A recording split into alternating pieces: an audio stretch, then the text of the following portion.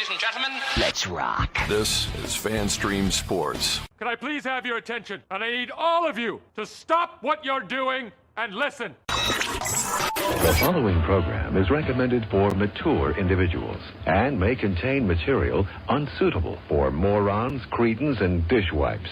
If you are a moron, please turn off your radio, because we don't need any more stupid, narrow-minded, pencil-neck geeks who wouldn't know the First Amendment if it came up and bit them on the butt.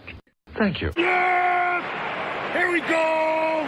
I guess I want to take this opportunity to tell you a little bit about my pants.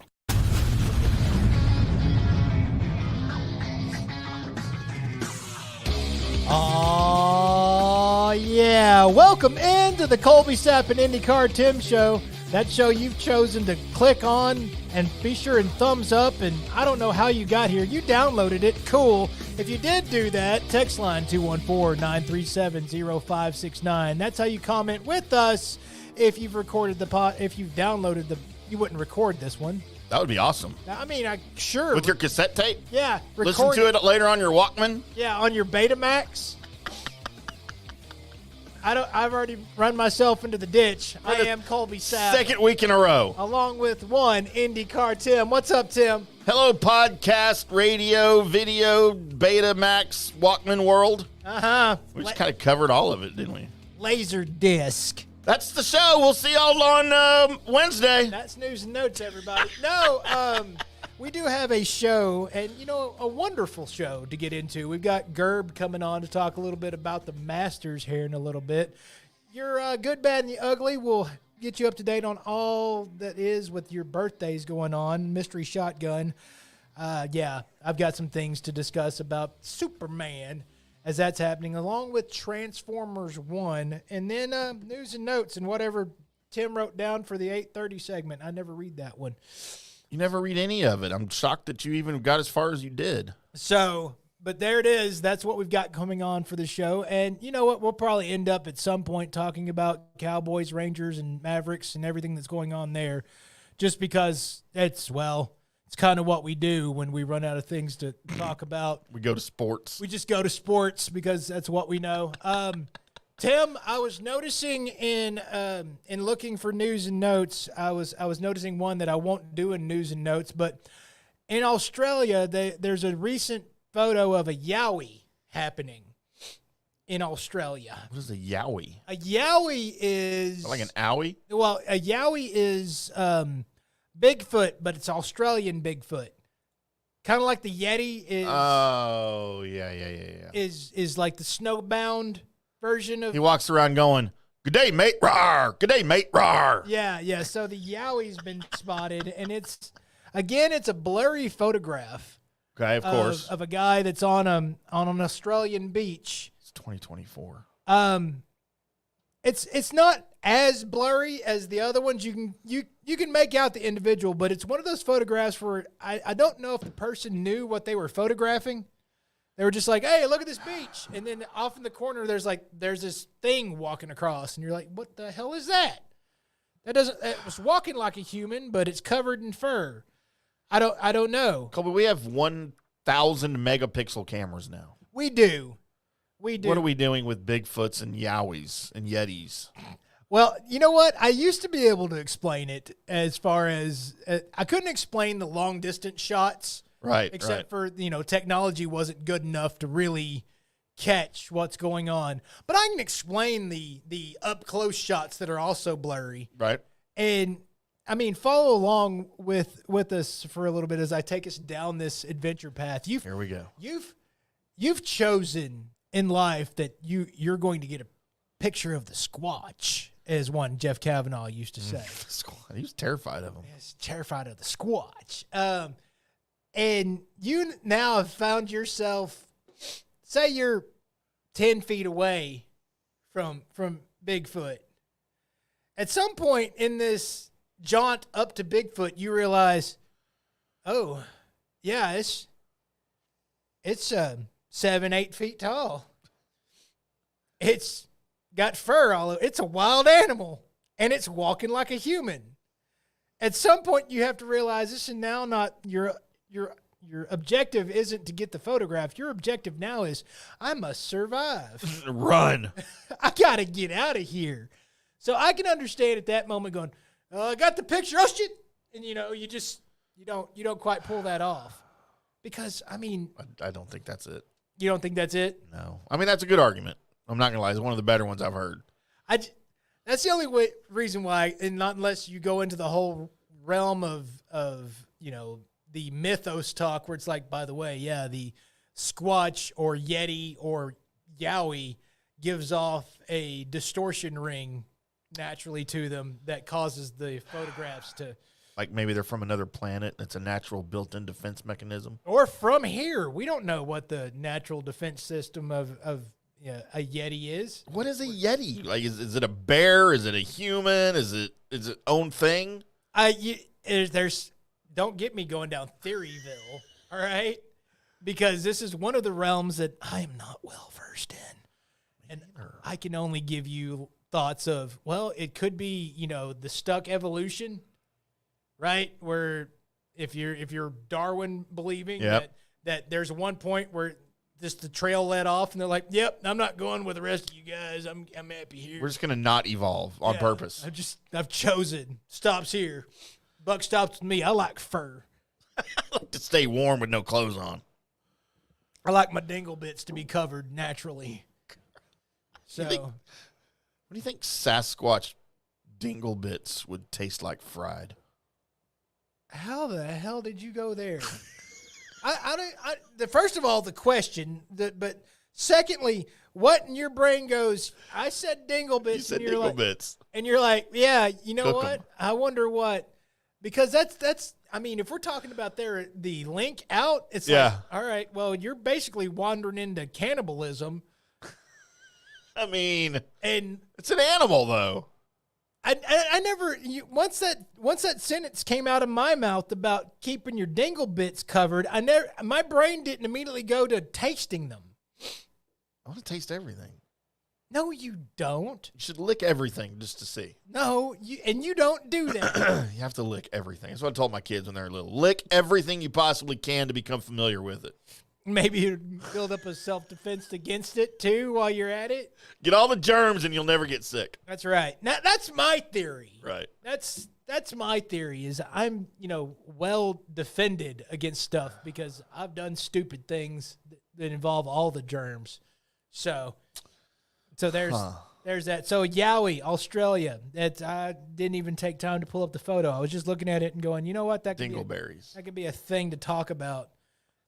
Dingle bits. Dingle bits. Yeah, you're not. Dingleberry is my word. Dingleberry is also for the amount it's for the crap. For the butt. Yeah. It's not talking about the front bits, right? You ever had dingleberries hanging off your dingle bits? No. Mm-mm. Huh. I mean, I guess if you had enough hair connecting the two, they could get mixed up. You think what? You just follow the trail? Yeah, and migrate. I think that person needs to shower more often and also do more than 2 wipes. It would look that's fine. Yeah, the dingleberries would be looking for the dinglebit Sasquatch through all the taint fur, and it would just migrate to the dinglebits looking for dingleberry Sasquatch. I'm gonna write a children's book. If you followed any of that, A, I don't know about you, and B, I'm sorry. That might be the best story I have. If that's the best story that you have for tonight, I'm gonna write a story, Colby. Seeing how I'm now about to pitch it to you for your idea for this segment. We're in trouble, kids. We're in all kinds of trouble. Dancing Dinglebits. So a children's story by IndyCarTim. Mm-hmm. Tim? Colby. I'm supposed to throw it to you for just some video or something. Oh, we're gonna have the gender reveal. We had this discussion a little bit off the air. I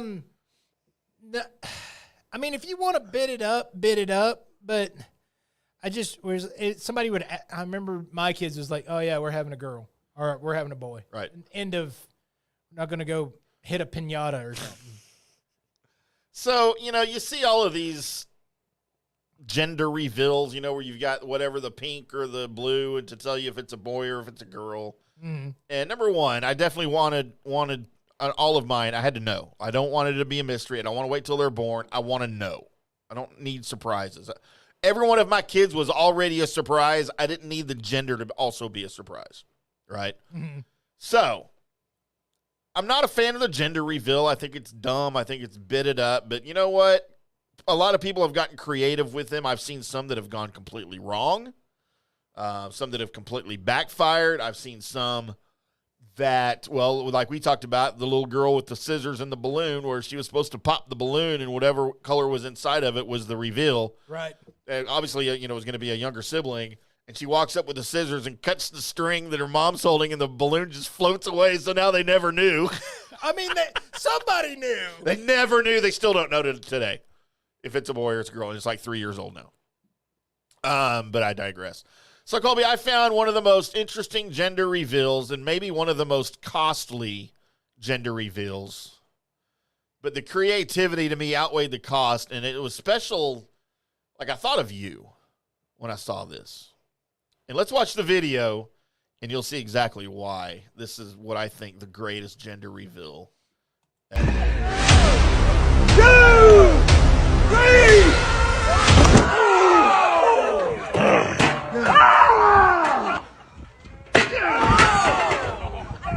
You want a boy? 1, 2.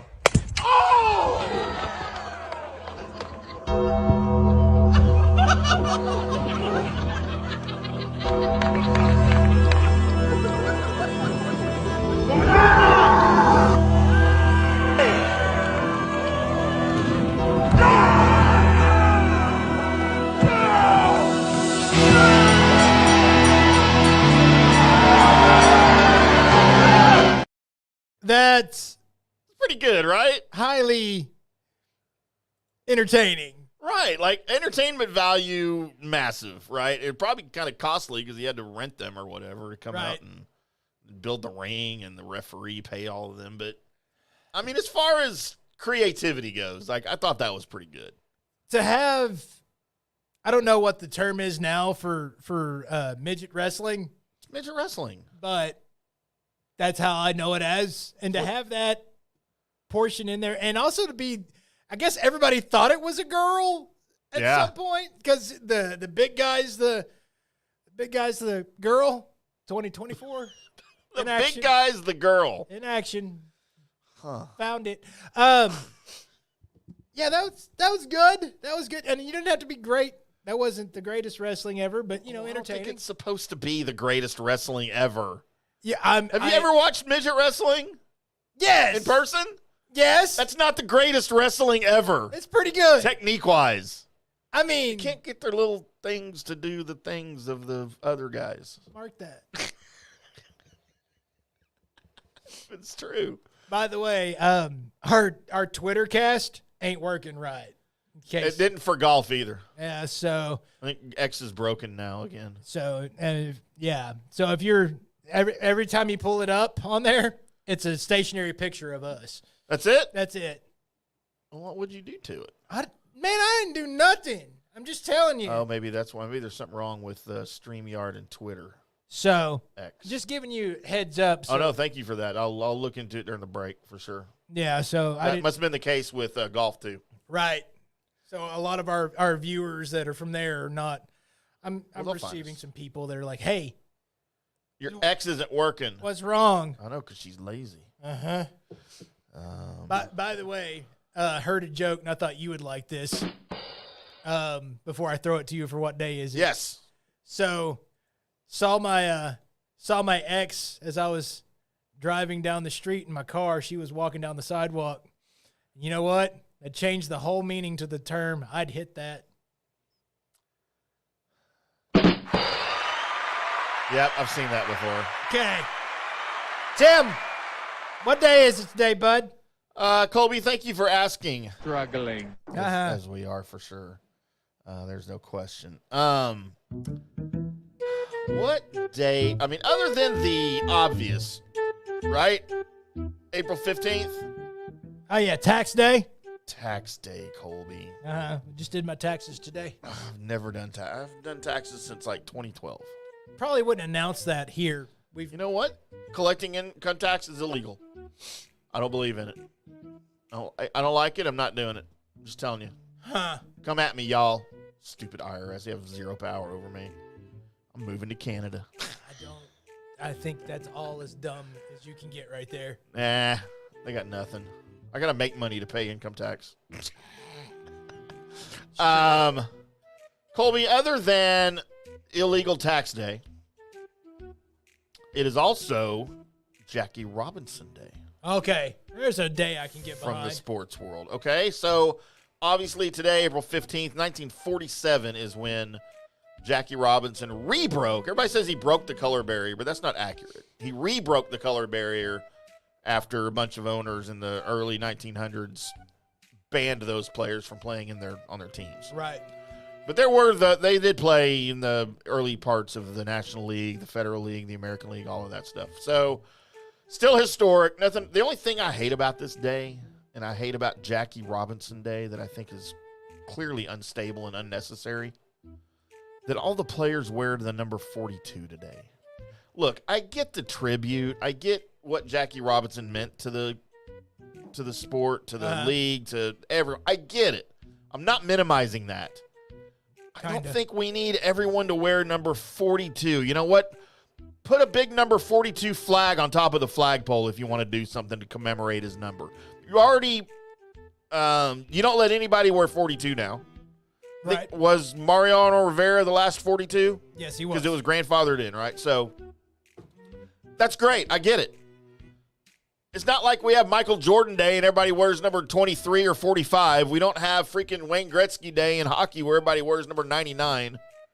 That was just ridiculous when you do it in other sports. It shouldn't happen in baseball. I don't like it. Here's the thing, Tim. Once you started it, once you did it, there's no stepping back from that without egg on your face. I was okay with it for one time. When they first announced it, hey, we're doing Jackie Robinson Day in the league. Everybody's wearing number 42. I'm like, that's a great tribute.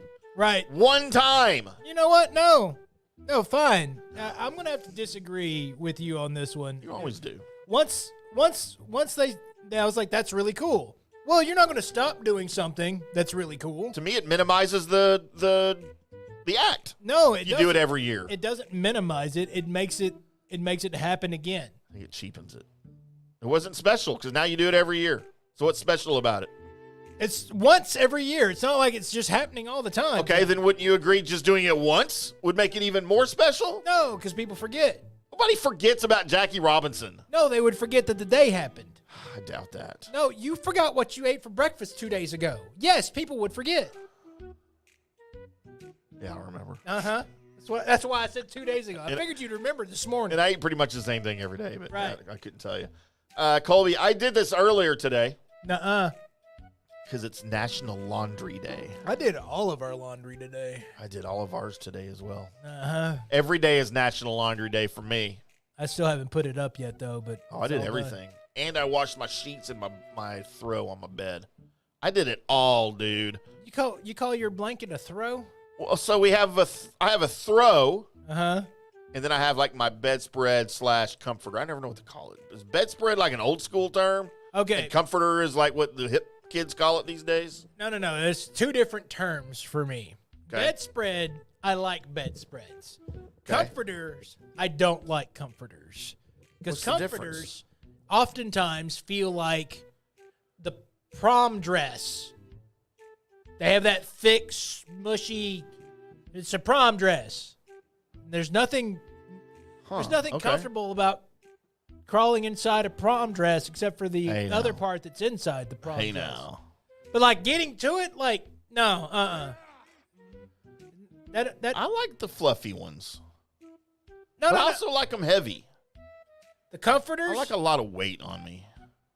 Oh, I like the thick girls, Colby. I mean, are we still talking about blankets? Blankets, yes. Okay, because thick blankets, no. Oh, I do. I need like if it gets cold, I need multiple little blankets, like thin. I'm okay with that too. But see, when it's not as cold, I can take those others and just go put them back in the corner. Right. Now I've got. Right. In other words, it's hard to. If your blanket is just one thickness and you live in Texas, there's times where you're like, man, I can't deal with that. Yeah. But I have to have something. So. Yeah, Yeah, I like the heavy stuff on top of me, though. Mm-hmm. And then I throw my leg outside the covers, hanging off the side of the bed, and I'm fine if I get hot. Colby, how about international micro volunteering day? You just volunteered, but just for a little bit? I mean, it just says raise awareness about micro volunteering so that people can join forces on this day. Is it like a roller coaster? Is there a height requirement? Dude, I don't know. The two girls they have here on the picture, it looks like they're helping out in a food bank. They're kind of cute. Maybe I should go work at a food bank. You know, the advertisement's usually not what's there. Right. Kind of like fast food pictures. Uh-huh. Speaking of fast food, Colby, today is McDonald's Day. No, okay. All right. No. All right. You know what? I mean, there's been other times where I'm like, that shouldn't be a day. But I think I'm putting my foot down. I mean, why is there a McDonald's Day? Why should no? I don't understand. How about this is right up your alley, Colby. Surprised you're not celebrating this with Blaze. It's National Anime Day. You know what? I've watched quite a bit of anime. You have? Today. I'd have. You celebrated by yourself today. I did. It's National ASL Day. American Sign Language. Okay, good. What did you think I was talking about? Man, my brain offered up things for those initials, and it didn't come out American Sign Language, so I'm glad you... I clarified. Next time I'm just going to let you sweat it. Colby, it is National Glazed Spiral Ham Day. I'm all right. I love me a good glazed spiral ham, man. I prefer the smoked ham if I can get it, but I'm all right. Yeah. I do like the glaze with the honey glaze on it. I'm hungry. Yeah. Colby, it is National Tim Day because it's National Gripers Day. Like I gripe a lot. You do. Do I? Especially, I mean, you hate everything that's... I do. But it's not like you just kind of dislike some things. It's like, no, I want... It's like if you had your idea about what you hate and what should happen to everything that you hate, it's all pretty much, it should be burned to hell. Yeah. And it's... I mean, if you're going to hate something, commit. See, I don't dislike a lot of things. I don't care about a lot of things, but things that I do care about... I care vehemently about. All right. The rest of it, I don't care. See? If you're going to hate something, you might as well go all out. Mm-hmm. Colby, it's National Keaton Day. Michael got a day, huh? And Diane? This guy kind of looks like Michael Keaton. But it's a unique national holiday honoring the Keaton and Keaton families worldwide. All right. Way to go. Only 2 Keatons I've ever heard exist. Michael Keaton and Diane Keaton. And Diane Keaton. That's it. They're related, right? No. What about Keaton Mitchell with the running back for the Ravens?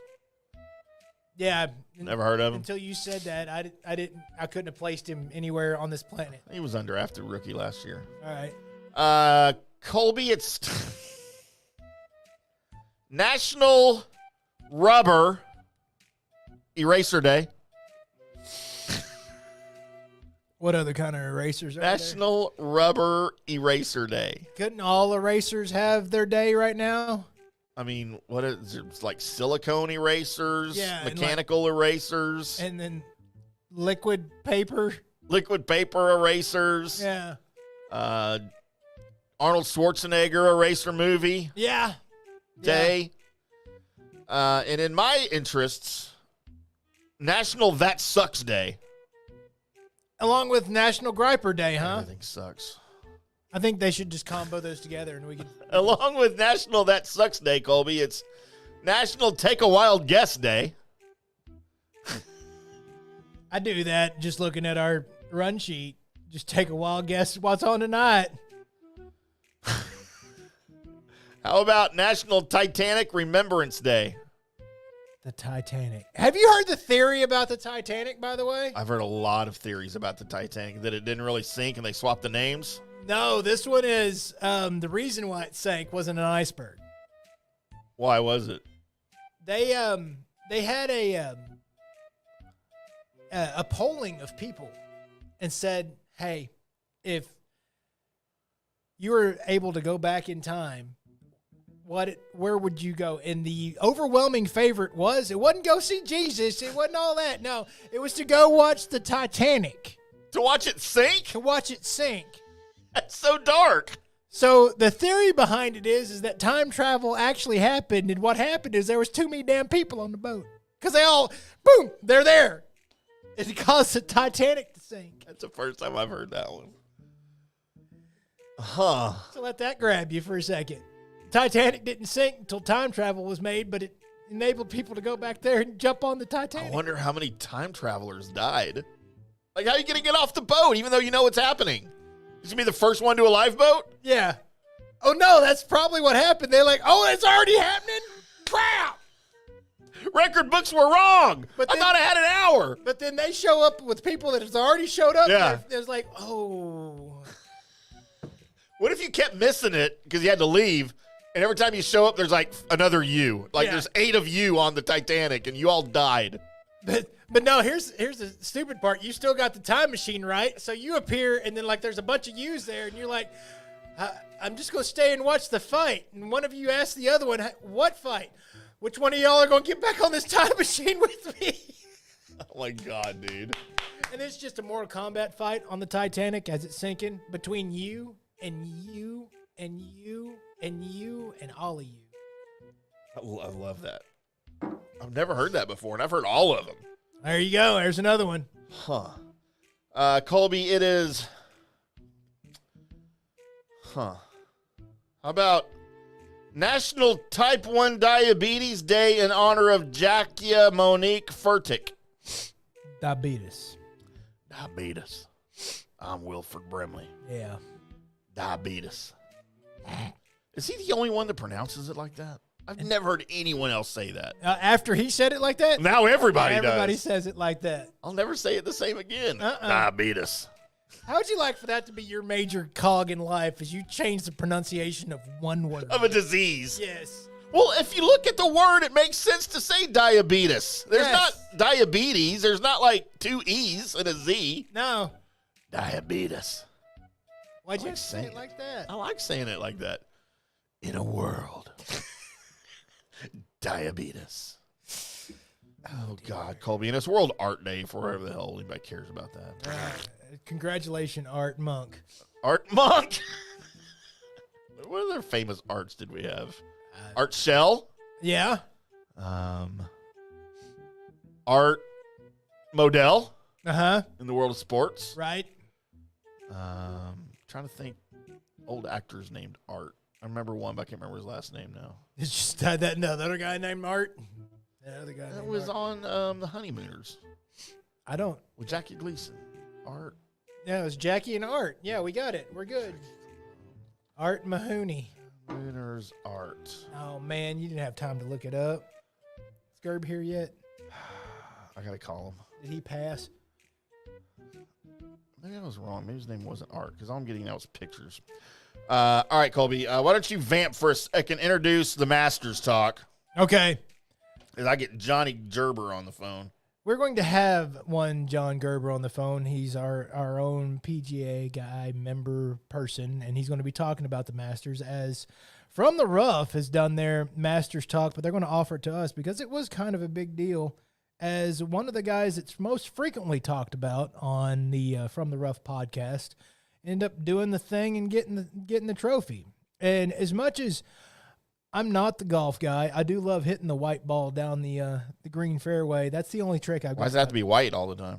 Because if you play with a yellow ball, you're weird. There's a tour player that plays with the yellow ball now. And would you consider him to be weird? I'd consider him to be my hero. On our phones now, Grego.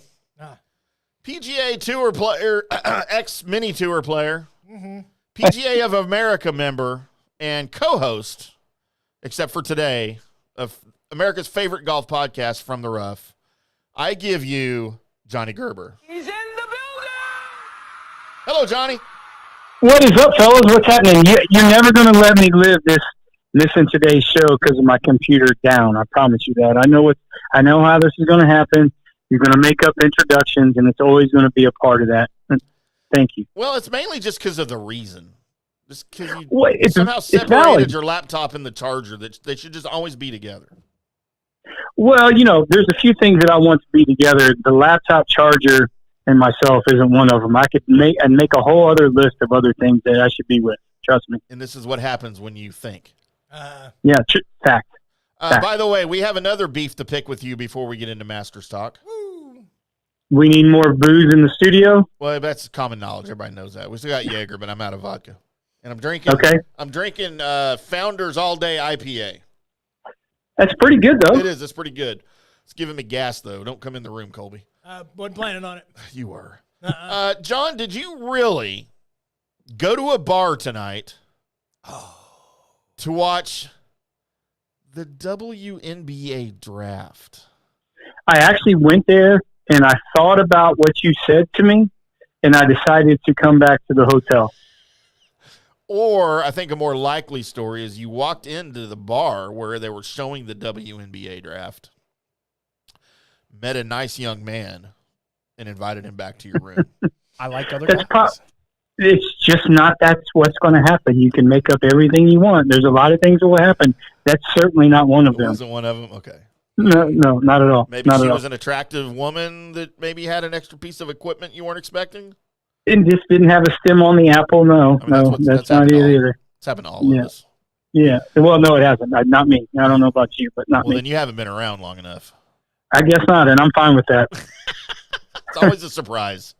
Yeah. Surprise in every can.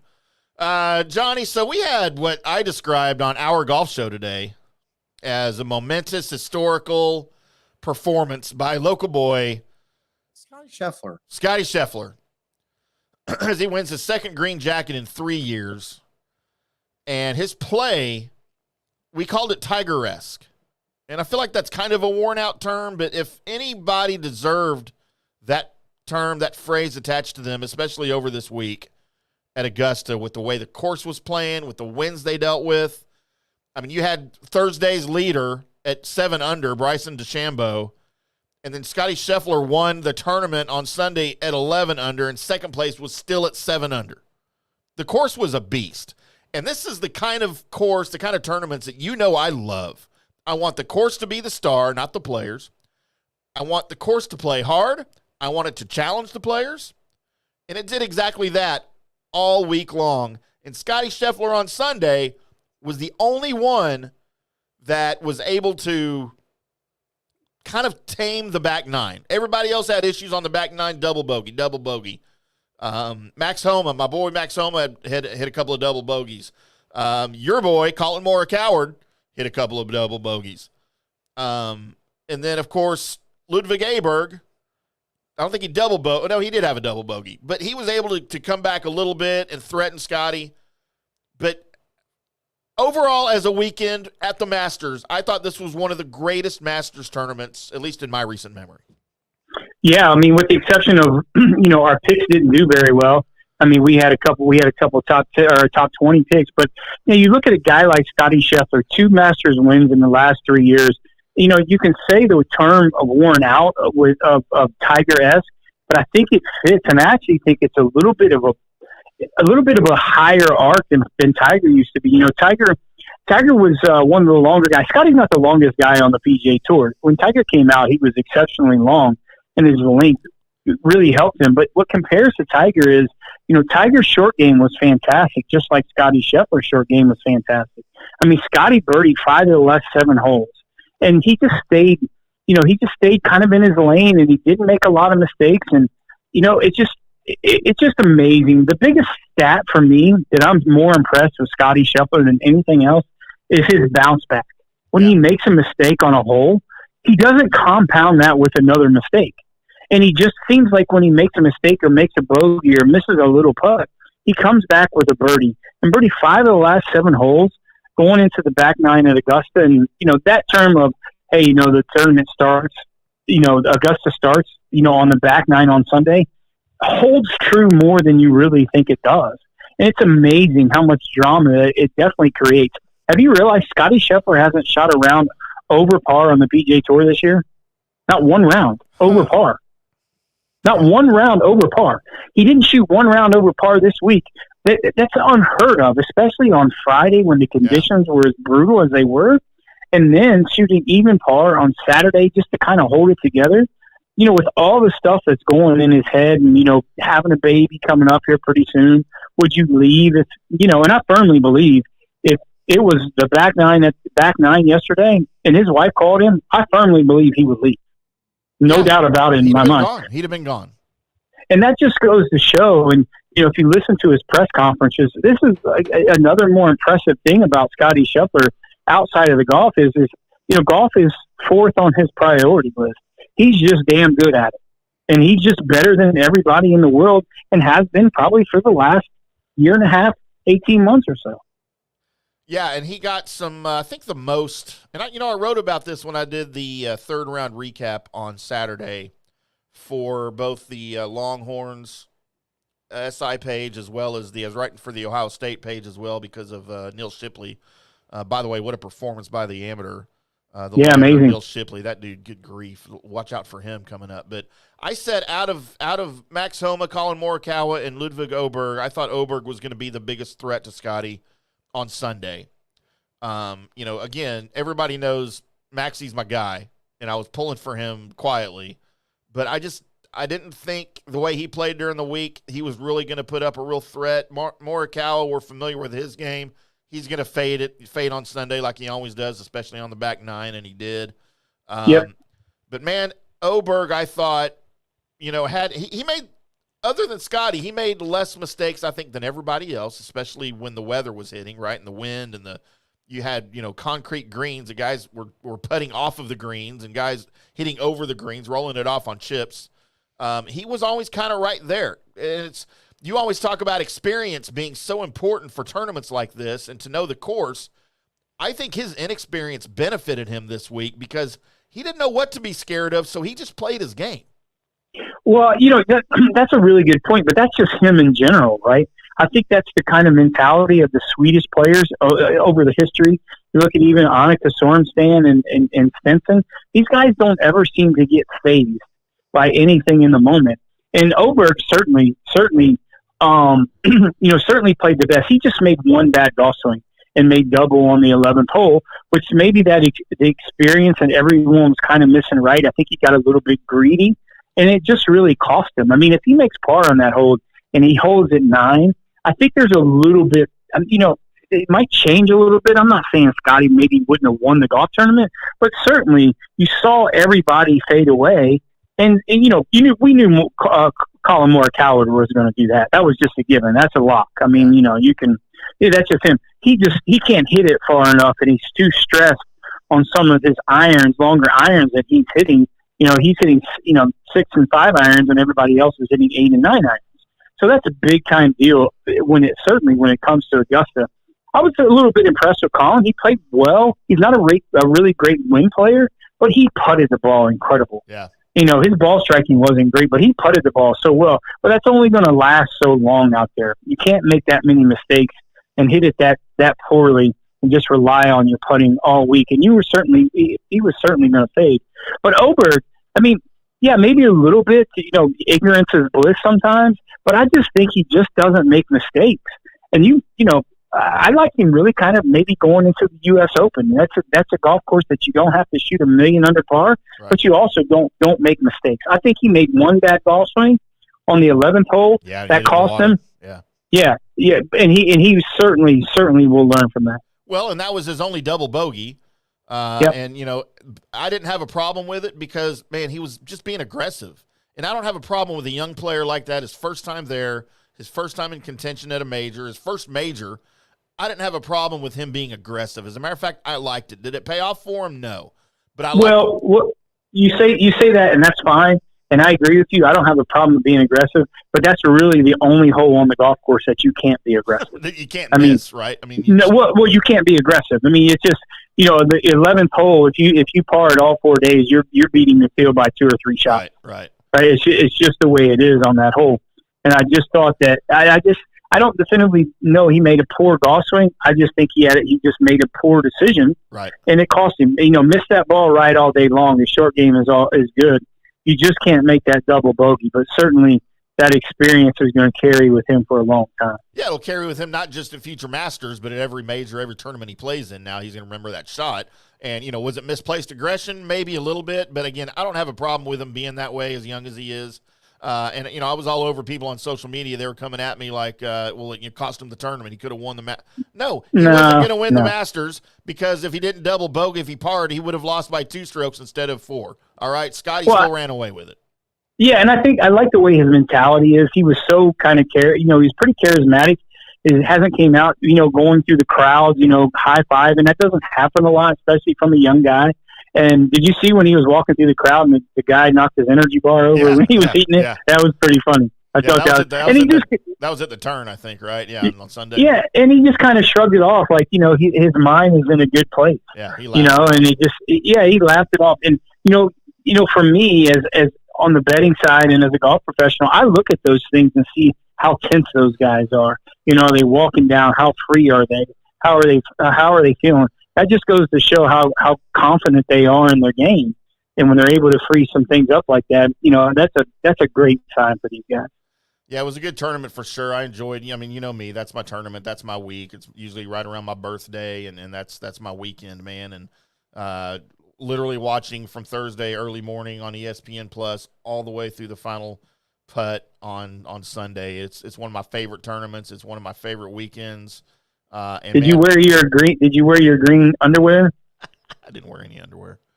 Oh, okay. All right. That's how I watch. Okay. Not wearing any this weekend either, so watch out. Well, that's why you're going to go home at 5 in the afternoon. That's right. When we get here. That's why I'm not staying Saturday, right? That's right. All right, good enough. Well, Johnny, appreciate you popping on here and having a mini From the Rough for everybody. John can be found on social media at Jay Gerber PGA Pro. The show is at From the Rough PGA on X. Go find Johnny with his picks every Wednesday morning. We'll put them all out on our social media here on FanStream Sports, and then look for his matchups on Saturday and Sunday, also on social media on the FanStream Sports channels as well as his personal channels. Johnny, go back and get you some WNBA draft, I guess, and don't drink too much and save me some for when I get up there. I appreciate it, fellas. Have a great rest of the show. All right, we'll see you. Yeah. There he goes. Woo! I never party. Well, yeah, because they suck. How drunk are you now? That's what I should have asked Johnny, all of those. In rapid fire succession and see how many he picks up on. We're about to have rapid fire succession coming up right after this as we get into the good, bad, and ugly. And then I have a mystery shotgun that's going to break some news to you that you're probably not aware of that might break your face. That's all coming up on the Colby Sapp IndyCarTim show. Hello, sports fans. FanStream Sports. All right, guys, time to talk a little bit about turf life. You've seen the hats on our heads. You've been or seen the video of the studio. You've seen that the decals are all over the place. Turf Life. Man, it's the brand that salutes the consumer and industry players everywhere whose lives involve turf. What does that mean? That means if you play or have a business or, maybe you're a sports educator, you're going to be on turf at some point. So you live the turf life.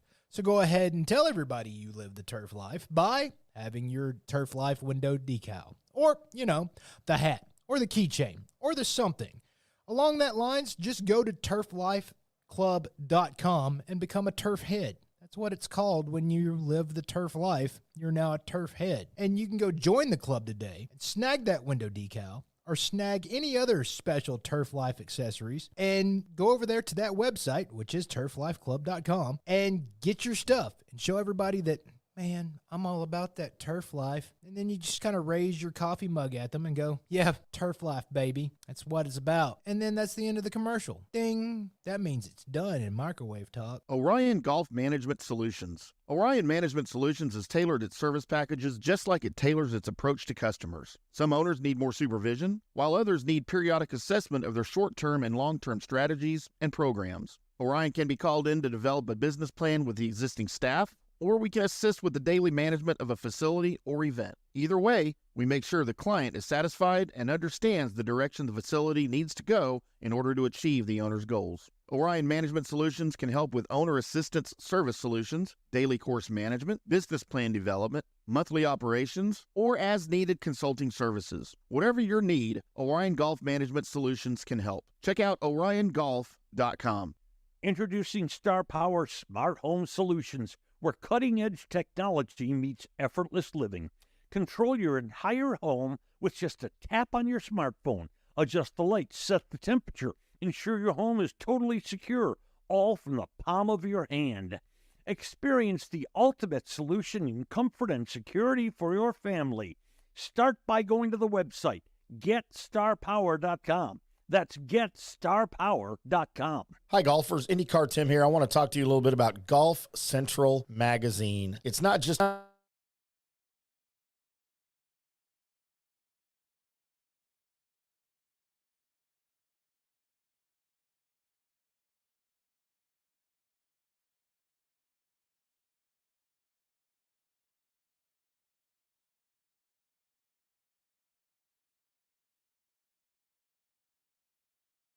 travel, philanthropy, and lifestyle. Golf Central Magazine at golfcentralmag.com. We'll see you there. Hey, listeners, make sure you check out the brand new Fan Stream Sports in-studio text line. You can reach us during any of our live shows or 24/7 at 214-937-0569. That's 214-937-0569.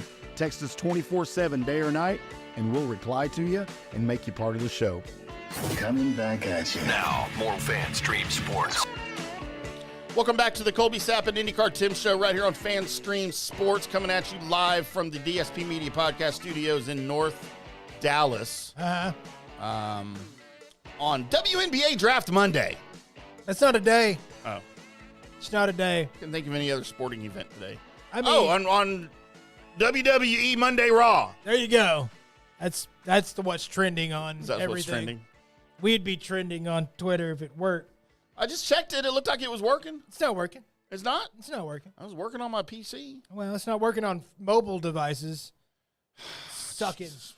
Who broke it? I don't know who broke it, but it's broken. We're on Instagram. Well, cool. Go tell everybody to just watch on the YouTube. We can just... I don't know what to tell everybody. I don't know what to tell everybody either. I swear it's working. It's not working. It's not. You're checking? You already checked? Yes. Already checked. So as we as he's double, triple checking again, it's still not working. We'll get into this segment as it is now time for the good, bad, and ugly. That segment where I go through all the people that are born today. Then I compile a list of the people I think are famous enough to make my list, and I offer them to you guys, along with me and Tim, for us to decide who is the good person, who is the bad person, and who is the ugly person out of today's birthdays. And because the list was a little light today, you guys, along with me and Tim, it's working. for us to decide. Just saying. Not I working. fixed it. I don't know. Well, we'll find out here in a second.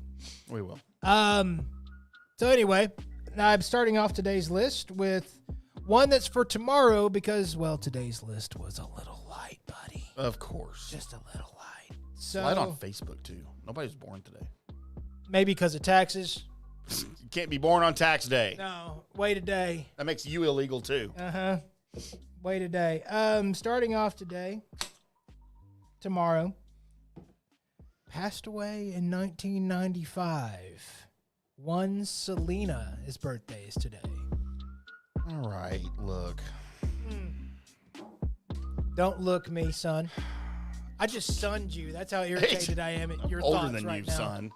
I'm older than you, Padre. Tragic death. There's Yes. no question. I've been to the motel, too, by the way. Because I went down there with a girl, and she had to go see the motel. Oh, okay. I was like, I've been to a motel, We too. didn't stay in it, but because I don't think they were booking, it was full. But I've been to the motel where the murder took place. It's a tragic story. It's a tragic situation. There's no question. Right. A young, talented woman lost her life tragically. That said, Colby, Don't do it. she wasn't that great. You're not a fan. I don't understand. You're not a fan of that style of music. Well, she had the one song that was the crossover, right, in English. That was right. That was a big hit. She was a big deal for that style of music. She was a big deal in that. And then the crossover hit was something that was like a little bit more for everybody. And that was just the start. I mean, she's no Shakira. She might have ended up being at the end of it, even though we all know that those hips don't lie. Oh, my God. Stay hard, Selena. So there you go. That's the first one. The next one on our list doesn't equal Selena. We could be disappointed. Jason Sehorn's 53. For those that had Jason Sehorn on your Colby Sapp IndyCarTim bingo card. Colby, the last white cornerback to start in the NFL. I can't deny or No, that was the thing, man. When he was confirm. playing, even when he was playing, that was his claim. Like, he's the last starting white cornerback in the NFL. Right, but I don't want to go through everybody right now. And You want me to list every starting cornerback on all teams since 1995? by the way, I have decided on a personal note to add more pause into the word Caucasian. Just going to start saying Caucasian now from now on. Just You should. Yeah, it's going to be a thing that I do that nobody can stop me from doing. So there's that. 2018 passed away. One Roy Clark. Dude, he was amazeballs, man. He did some things. That dude could play guitar and sing. And he was awesome on Hee Haw. Yes, that's where that's the only place I know Roy Clark Really? from, and it's because of episodes of Hee Haw that would just randomly be on the TV when I was growing up. My dad had a bunch of his albums, and I used to hear his albums. So I knew who he was before I saw him on Hee Haw, but the fact that I got to see him, like on Hee Haw, him and Buck Owens, who I also loved, Right. I was just like, it was like if your favorite musical artist was on SNL every week. Okay. And you could tune in and just hear all the great, like, it was kind of what it was like for me as a kid watching Hee Haw. Hee Haw! I can't wait for the ginger form of Hee Haw. I just can't see him doing sketch comedy in the middle of it, though. That would be great. Elizabeth Montgomery passed away in 1995. Oh, the same day as Selena. Yes, but different ages. But that was more tragic. Did you know no one knew how old she was? Elizabeth Montgomery? Yeah. Just wanted to make sure everybody knew who was talking about. Oh, yeah. Sorry. Not Selena. We all knew how old she was, how Yes. young she was. No, like Elizabeth Montgomery's age is like still a mystery. And she was married to Sherwood Schwartz. I see your Schwartz is as Am I big as getting mine, that right? Tim. The guy that produced the big TV producer back in the day. I think it was Sherwood Schwartz who he did the Brady Bunch, Gilligan's Island, Bewitched. Like he's a producer for all those shows back in the day. So he's one of the richest guys in TV. He's probably passed away now too. But Yeah. But anyway, yeah, like Norman Lear. But yeah, dude. But there's all the I remember seeing that. It was even before she died, watching these like on A Current Affair and Inside Edition and PM Magazine. About all the mysteries behind Elizabeth Montgomery's real age. I never knew that was a thing. Dude, she was hot, man. Of course she was. Elizabeth Montgomery was fine. Probably didn't look great now. No, probably not. Turning 27 years old today, Massey Williams. If you're not a Game of Thrones fan, you don't know. Never watched it. Her character was somebody you really wanted to win. She the blonde girl? No, Massey's the youngest Stark that ended up being the best killer out of them all. Like, she's, teenage girl, like running around and finding out how to be, running around with the faceless man and then finding out how to be an assassin. And ended up being a really badass assassin. Oh, okay. I see her now. So, it was... God, she's 27 now. She doesn't look 27. No, and people won't when you see them when they're put as stars on the TV screen, and then you see them kind of grow up. You can still see Sure that face Yeah. that's there, and your brain goes, You're not that old. But, you know, what you going to... Her character was amazing. Like, any time it was her time to be on the screen, it was like, cool, this is about to be fun. I mean, people going to die. I've never watched it. It's going to make you want to keep watching it. Just do what I did and don't watch the final season. I don't think I'm going to watch any of it. I don't have time. Sure you do. I'm watching the show, an 8 episode. I'm on episode 3 of right now on Apple Plus that I got to finish before I can ever think about anything else. It's Franklin. Oh, it's not Monarch? Benjamin Franklin, and it's got Michael Douglas plays Benjamin Franklin. Okay, well, since it's not Monarch, you're doing it wrong. I don't know what is Monarch. That's what you should be watching. On Apple Plus? Yes. It's the only reason to actually watch. I've never heard of that show. Is it about the butterflies? About the show. It's about the butterflies? Ass. I hate you so much. It's about the butterflies. It's the background to the Monsterverse. It's how it all gets started. The whole. I gotta Google Monarch. All right. Hootie Hurley's 25. That is not a real name. Hootie's a pole vaulter. And the Blowfish? No. The fact that his name was Hootie Hurley and he ended up being a pole vaulter is not lost on me. Huh. So I had to throw him in there just because his name is Hootie. Are pole vaulters athletes? Yes. They run with a giant stick and then they jump over something. So they're more of athletes than soccer players are, clearly. No, they run with a ball. Oh, did I tell you I made pretty much anything that involves you running, you're now an athlete. I made the entire Tim can't do for long. Not anymore. I made the entire viewer and listenership of the JP Peterson show angry today. And I wasn't even on the show. Because they were talking about flag football in the Olympics. Yeah. And so I messaged in on the chat that, oh, look, now the rest of the world is going to find out that even flag football is so superior to soccer, no one's going to remember what soccer was in 10 years. And flag football will take over as the world's favorite sport. It will not. And they put it on the screen and read it, and, Nick's a big soccer guy. Right. JP just laughed. He was like, yeah, he's probably right. And Nick was furious. It was great.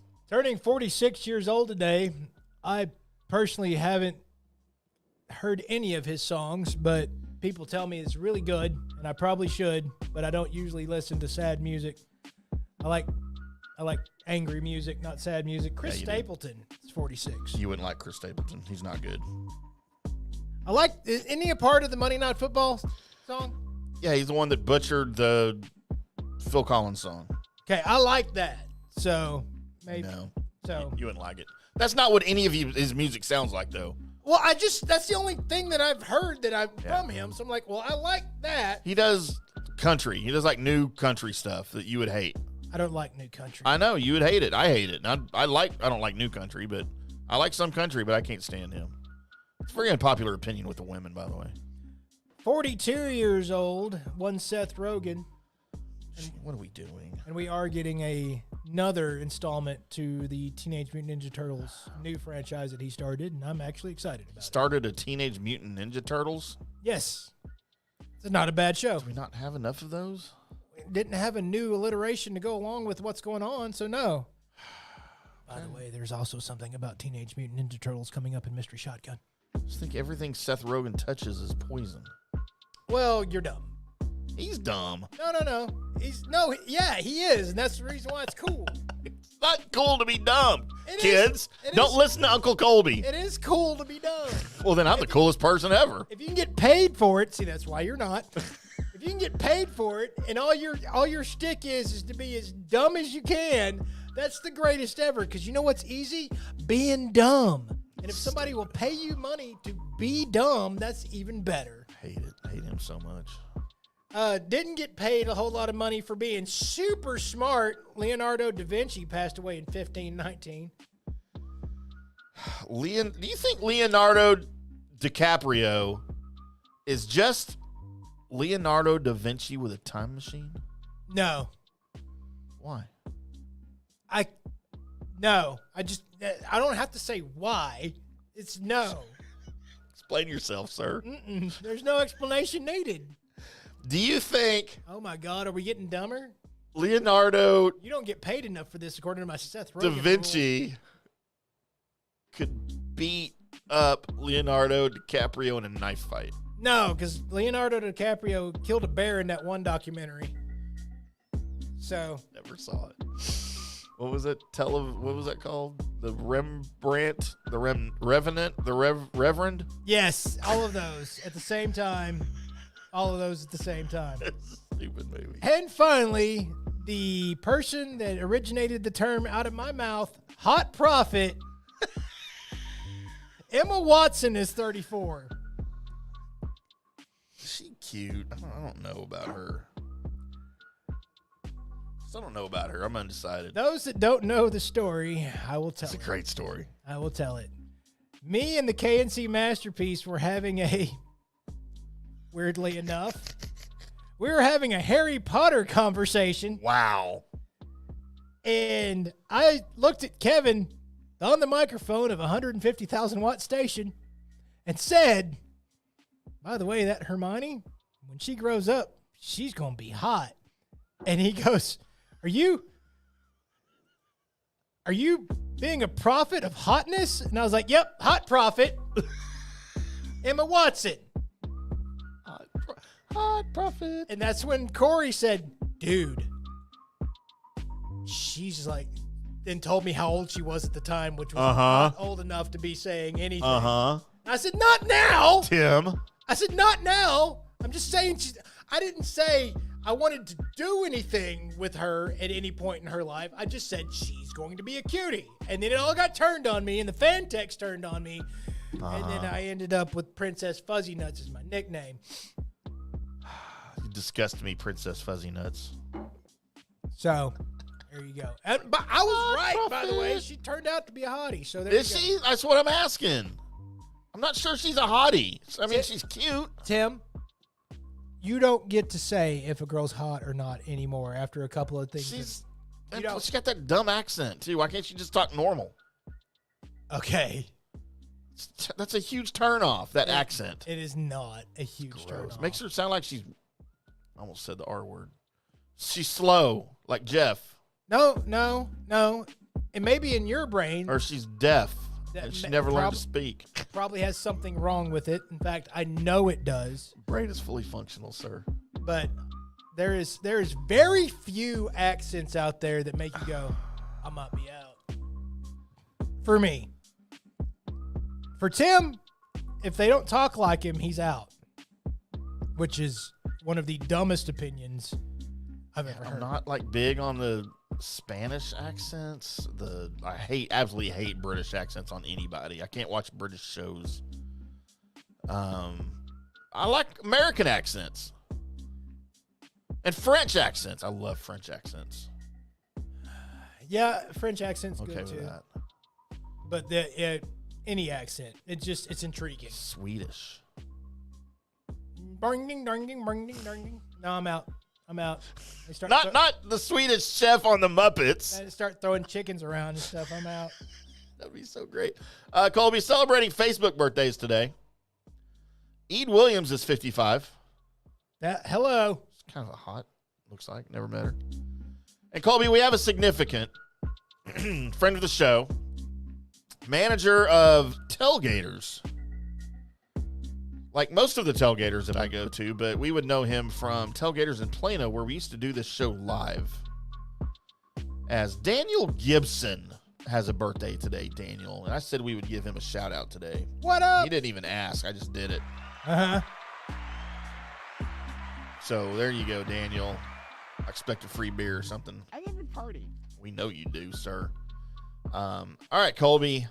I don't think you missed any birthdays. You missed Jack A's birthday. I did. But not the Jack A that I'm familiar with, the chick that was on 227. Oh, well, see, I just didn't see her, or else I would have said something. This is Jack A, looks like a dude, and looks like he's a rapist. Oh, not the 227. Not the 227. Oh, then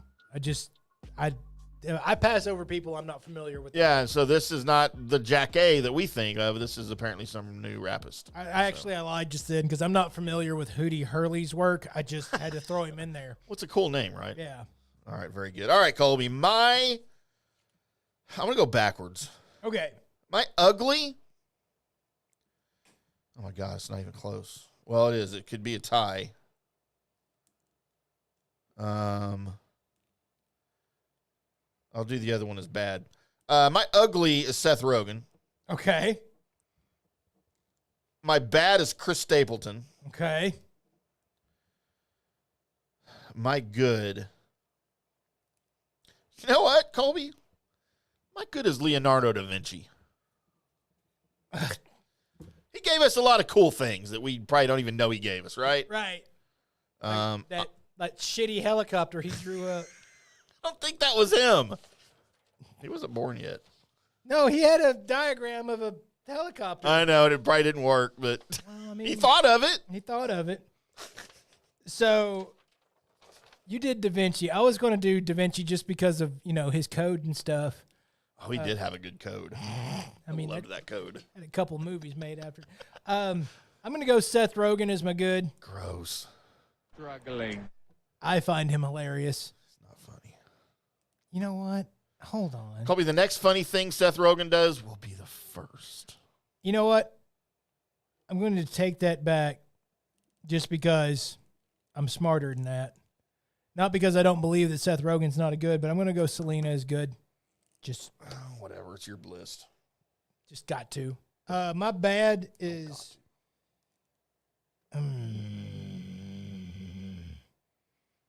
my bad's going to be... There's nobody bad on here. I'm not going Chris Stapleton. There's lots of bads on there. I'm not aware. I'm going to give you one? Dude. Just because he's irrelevant, I'll just go with Jason Sehorn. Well, he's also a giant. So I'm going to go with him as my bad, and my ugly's going to be Leonardo da Vinci, because go look at what he looked like. He wasn't good. I think he's better looking than Leonardo DiCaprio. Yeah. I'm going to go no, even though I don't really have a dog in that hunt. But there you are. Do you think if Leonardo da Vinci was alive now, he could get more tail than Leonardo DiCaprio? No. Do you think they'd be buddies? No. Do you think Leonardo DiCaprio could play Leonardo da Vinci in a Quentin Tarantino movie? Yes. All right, that's all I have, I think. Okay. I might come up with one. By the way, Art Carney. The art I was trying to think of. Okay. He was on the Honeymooners. All right, man. You know what? I don't know late. why. I don't know why you just shouted Art Carney until you explained it. Cause I done forgot. It came to me late, kind of like my brains. So there you go, everybody. It's time for him to hit music that he's not prepared for. I'm cleaning up a mess that happened in here. I don't want my computer to die again. Is it? Nope, it's not that one. Yes. Welcome into Colby Sapp's Mystery Shotgun. I am your host, Colby Sapp, along with Pod Racer Tim. Got some things to get into in the world of comic book movies. And, well, you know what? Since Transformers is also a comic book, we'll get into a little bit of Transformers 1 as we're here. I didn't know that. Yes. Actually, I have a few Transformers. What came first, the cartoon or the comic books? The toys actually came first. And then the cartoon to sell the toys, and then the comic book after all of that. So I didn't know that. I thought the toys came after the cartoon. Nope, it's pretty much, here's the toys. It's almost simultaneous, but the toys kind of hit first, and then but it hit right before that exact holiday break, like Christmas or whatever, to gear up, and then it all slammed, and it's pretty much a perfect storm, which made Transformers what they are today. And we'll get into Transformers 1. Actually, we can go ahead and start off with Transformers 1. More than meets the eye. Have you seen the lineup for Transformers 1? And do you know anything about it? Wait, what do you mean? Like the cast. Of the first movie? Of Transformers 1. It's a new movie. Do you know anything about it? I had no idea there was going to be yet another Transformers movie? There is, okay, for those that don't know, there is another Transformers movie coming out. It is a prequel. It's going to take place primarily on Cybertron, and it's going to be about Megatron and Optimus Prime's early years when they were still, before Decepticons formed and Autobots formed, they were still kind of like buddies. So when they were still on the good side of the Force before... No, don't confuse he everybody. went dark. Yeah. Don't confuse everybody. So I already let you know who was voicing Optimus Prime, because when I first heard this, I was like, oh, what are we doing? Because it's not the guy that has voiced every single time Optimus Prime has ever entered anything, video game to anything else. It is not him. Is he still alive? He is. He's got to be old, right? Yes. But you know what? You can't replace that voice. No, I agree. Who's got to be, wait, let me guess. Jan Michael Vincent. No. Now, this is a prequel, so it is a younger. Oh, so they're probably not going deep voice then. Chris Hemsworth. Thor? Will be voicing Optimus Prime. Oh, gross. Does that mean he's going to have a British accent? It's Optimus Prime. He's going to talk like Optimus Prime. But not British Optimus Prime. Dude, stop that. Is it Krems Hemsworth? It's Chris Hemsworth. But he's yes. British, right? He's Australian. Oh, same thing. No, it's not. Kind of is. It's not. Is he really from us? I didn't know that. I thought he was British. Yeah. Okay. Brian Tyree Henry is going to be Megatron. Actually, probably going to play a really good Megatron. I don't think I know who that is. Halita is going to be voiced by Scarlett Johansson. Ooh. Alpha Trion is going to be Lawrence Fishburne. Sentinel Prime will be John Hamm. And one, hold on, as it pulls up, you stupid Keegan Michael. Keegan-Michael Key. Yeah, the one from the funny one. Yes, he's going to be Bumblebee. Oh, that should be good. He's awesome in everything. So that is your cast. Now, why should you be anywhere near excited about this? So is this live action or is it going to be animated? It's going to be like the other Transformers movies. It's going to be CGI'd but live action mix. Okay. So they're going to have sets, they're going to have things. It's going to be live explosions, but it's also going to be just like the other ones. Okay. Right. I just didn't know if it was going to be like a cartoon though. When I say animated, I'm talking about like a cartoon. It's going to be as close to that as possible without actually being that. I don't know how else to explain it, to be honest with you. So because they're doing this, they're going to try and rebuild the whole Transformers universe.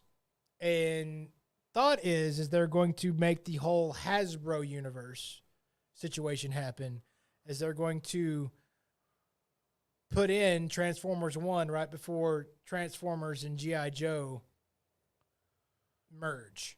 Was Masters of the Universe Hasbro? It's not going to be. But was it? I mean, that would be great if they would do that. It's Hanna-Barbera.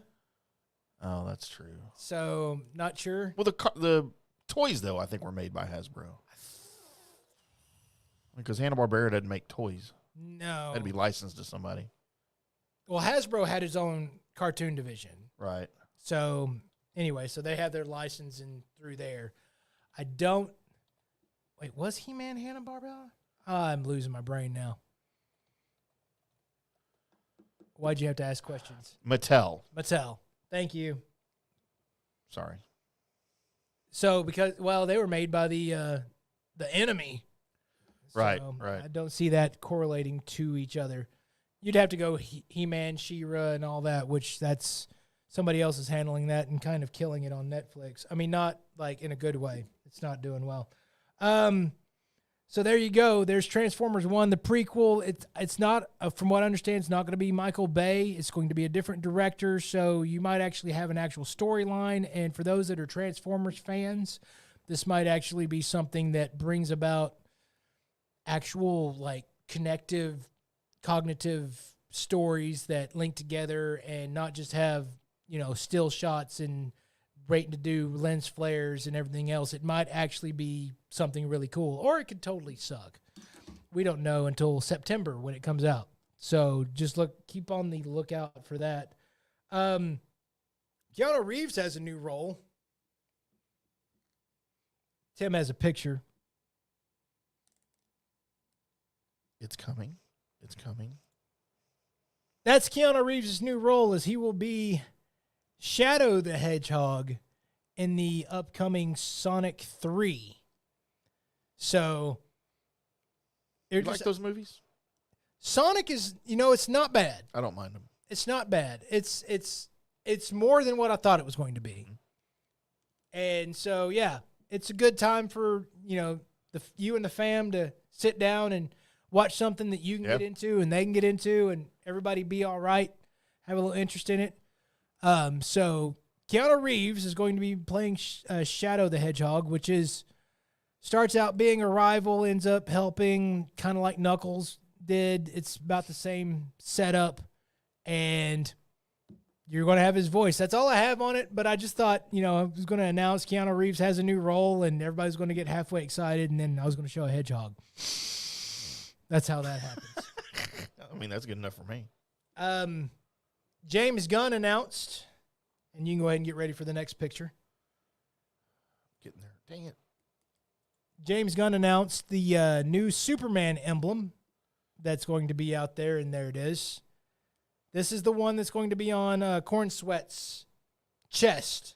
This will be the Superman shield that will be there. Now you can see Gods Among Us. That's where that emblem is from, the black one there. The one that is the gold one, that's the one that's actually going to be used. That's the one that's going to be on Superman. Comic book nerds are going to be excited about this. They are.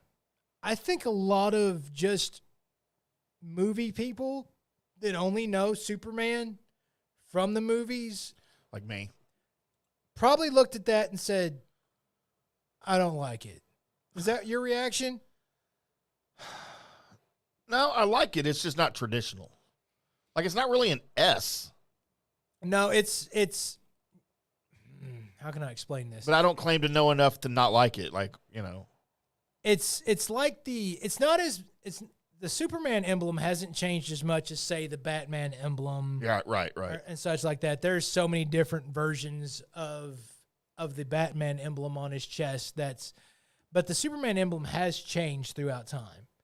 And there has been times where it's Elseworlds or whatever where the Superman emblem totally looks different. Hell, there's one part where it's the hammer and sickle because he's the Russian-born Superman. Which is a cool one, by the way. This is an ode to just trying to make things look like his own, but also using something that comic book fans are going to be like, this is cool, and make it a little different. The whole costume is going to look a little different than what we've known it to be, trying to add a little bit more color, trying to add a little bit more shine to it, because even when you go back and watch the Christopher Reeves one or the Returns or the Cavill, all of those had darker elements. It didn't shine as bright as the Superman costume should shine. He is the Blue Boy Scout. This one's going to shine a little bit more. So that's the reason for the look. The Superman Legacy movie, we will get our first trailer for it the fall. Should be about the time that Creature Commandos actually hits HBO Max, or just Max, sorry, behind the times. So be on the lookout for that. But there was the emblem that they put out there. And finally, your Teenage Mutant Ninja Turtle news. Not the Seth Rogen thing that I threw out last segment. No. This is something super exciting that I have found out that is in the works. And if you are a Teenage Mutant Ninja Turtles fan, then you, if you haven't heard, might be really super excited. I've received enough confirmation on it to know this is in the works. I don't know how far along it is. I don't think they found a director yet. I just know that it's in the plans. But it's enough that I got excited. As There is a new live action Teenage Mutant Ninja Turtles movie that has been put into the works and has set the ball rolling. It'll be based on, not from what I understand, not loosely based on, but the script will be written to almost exact of The Last Ronin, which for comic book fans, if you're like me, it's one of the greatest comic book jaunts that you've ever been on. Trying to, I won't give it away too much, Tim, but there's only one turtle left in this comic book run. It's got to be Leonardo. I won't tell you. Oh, I'm not going to read it, so. But, and it's sad, it's epic, it's his fight, it's just, it's a little gut-wrenching. So the other ones die? Yeah. Like they're killed in fights and stuff? Yeah. And he's the last of his brothers. And he's got all of their equipment on him. It's wow. Yeah, all the weapons. It's just, it's nuts. And it really drags you through the whole, I mean, it drags you through the sewer just reading it. And it's damned amazing. So the live action Last Ronin is something that I just didn't think or should think that it would ever be, but it's going to be. And that I can't wait to break more news for you guys on that one, because I'm hoping they do this right, because if they do, I'm going to be like one of the first people in line to go watch it, and I'm usually not that guy. I'll wait for a little bit so the crowds die down so I have to put up with you fools.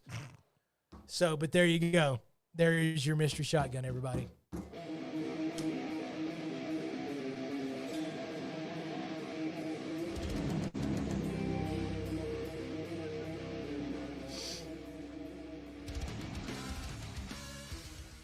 So, Tim, we've got the coming up next situation going on, as there's a strange words that are in the 8:30 segment that all I can tell you is just read the bottom one. That's what we're going to get into. Jason Simpson did it? Yep. And news and notes. That's all coming up on the Colby Sapp IndyCarTim Show. Hello, sports fans. FanStream Sports. Introducing Star Power Smart Home Solutions, where cutting-edge technology meets effortless living. Control your entire home with just a tap on your smartphone. Adjust the lights, set the perfect temperature, and ensure your home is secure, all from the palm of your hand. Star Power has the experts that will transform your house into a secure, smart home. Experience the ultimate solution in comfort and security for your family.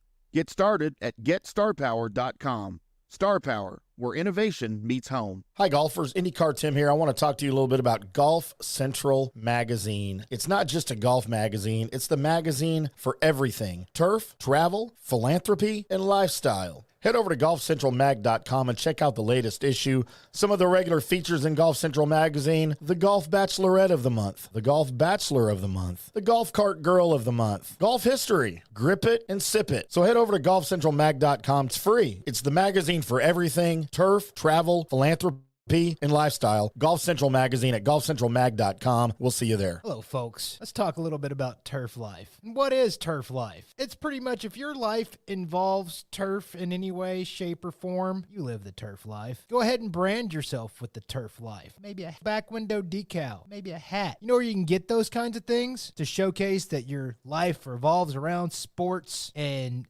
or anything that involves sports. If it's a sports business or sports education or just your enjoyment of the outdoors, head over to turflifeclub.com. Become a turf head. Join the club today. You can do that by going to that said website that I just told you to go to. You can snag your window decal like I was talking about, or any of your other turf life accessories. Show everybody that you live the turf life, and we'll see you there over there at that turflifeclub.com. Orion Golf Management Solutions. Orion Management Solutions has tailored its service packages just like it tailors its approach to customers. Some owners need more supervision, while others need periodic assessment of their short-term and long-term strategies and programs. Orion can be called in to develop a business plan with the existing staff, or we can assist with the daily management of a facility or event. Either way, we make sure the client is satisfied and understands the direction the facility needs to go in order to achieve the owner's goals. Orion Management Solutions can help with owner assistance service solutions, daily course management, business plan development, monthly operations, or as-needed consulting services. Whatever your need, Orion Golf Management Solutions can help. Check out oriongolf.com. Hey listeners, make sure you check out the brand new FanStream Sports in-studio text line. You can reach us during any of our live shows or 24/7 at 214-937-0569. That's 214-937-0569. Text us 24/7 day or night, and we'll reply to you and make you part of the show. Coming back at you. Now, more FanStream Sports. Welcome back to the Colby Sapp IndyCarTim show right here on FanStream Sports. I'm IndyCarTim. That is Colby Whiskey Tillman Sapp. What up, everybody? Don't call him LaStar. No, that's the girl's name. That's the other ones. Yeah. So, Colby, we just lost a football legend. Yeah. And somewhat of a polarizing public figure. I mean, probably murdered some people. Okay, I don't think you can say that because we don't know that. That's the reason why I said probably. All right, I guess that's good enough. Uh-huh. All right, so look. When this thing went down, we're, of course, talking about O.J. Simpson, who just passed away at the age of 76. So when all this went down, Colby, I had thoughts. I had strong opinions and thoughts. Okay. And I never thought he did it. Really? Not one time did I think he did it. Did I think he was involved and or knew who did it? Yes. I never thought he did it. And I actually haven't thought about it because JP called me out on this Friday on the show. Because I thought he's never talked to anybody who didn't think he did it, right? Right. And I was like, look, dude, that was a long time ago, and I honestly haven't cared about it or thought about it since the 90s, okay? So I haven't rethunk anything. I haven't changed my stance on anything. I just never thought that he did it. So Colby, now we have a private investigator who's one of his good friends purchased you know how, like, when people can't pay for their storage units, they'll auction them off? Right. There's like a whole TV show about that, right? Uh-huh. Storage wars. So one of his good buddies does this. Bid blindly on a storage building. Went to check out the contents of said storage building. This storage building, he found out, previously belonged to and contained contents belonging to Jason Simpson. Okay. Oldest son of O.J. Simpson. From the woman before Nicole Brown, right? Contained in this storage unit are Jason's diaries from the early 90s. Oh, dear. Articles of clothing, photographs, and apparently a lot of damning evidence. Really? That the Los Angeles Police Department have no interest in looking at, researching, investigating. They don't even want to know it exists. No interest. So some of these things, and we'll go through the little list here of things that he found, as it might appear, OJ didn't do it, but maybe he was covering up for his son. So there was an incident, and all this is corroborated. This was all stuff that was in his diary that he corroborated by criminal records. So we know that in 1992, December, Jason was arrested after attacking his employer with a knife. Okay. And punching and kicking him. He was charged with 3 felony counts of assault and battery, pled guilty, and it was a reduced misdemeanor charge. He received 2 years probation. One of the items of clothing that was taken from him and cataloged was a knit cap that looks very much like a knit cap that was found at the murder scene. There are also photographs of Jason in his little catalog of pictures of him wearing said cap out and about. Pictures of Jason in this cap with his dog. By the way, when they took the cap from the crime scene, they did analysis on it. It had both human and canine hair in it. OJ did not own a dog. He also found a knife buried way beneath all of the articles of clothing, everything else he had at the bottom of a box. Colby, they never found the murder weapon. Uh-huh. The murder weapon they claimed that OJ had, the knife did not fit the wounds, the slash angle, like nothing. They determined it wasn't the knife. They never found it. The knife found in Jason Simpson's storage building, fits the slash wounds. Now, of course, could he be saving this for his dad? Well, whatever. Right. The knit cap never fit OJ. Remember, OJ had like a big head, right? So the knit cap would not have fit on OJ. Jason also has a history of assault with knives. There is also a passage in his diary where 2 weeks before the murders, he notes that he had gone off his medication. And he says, I'm about to cut away all my problems with a knife. Oh, dear.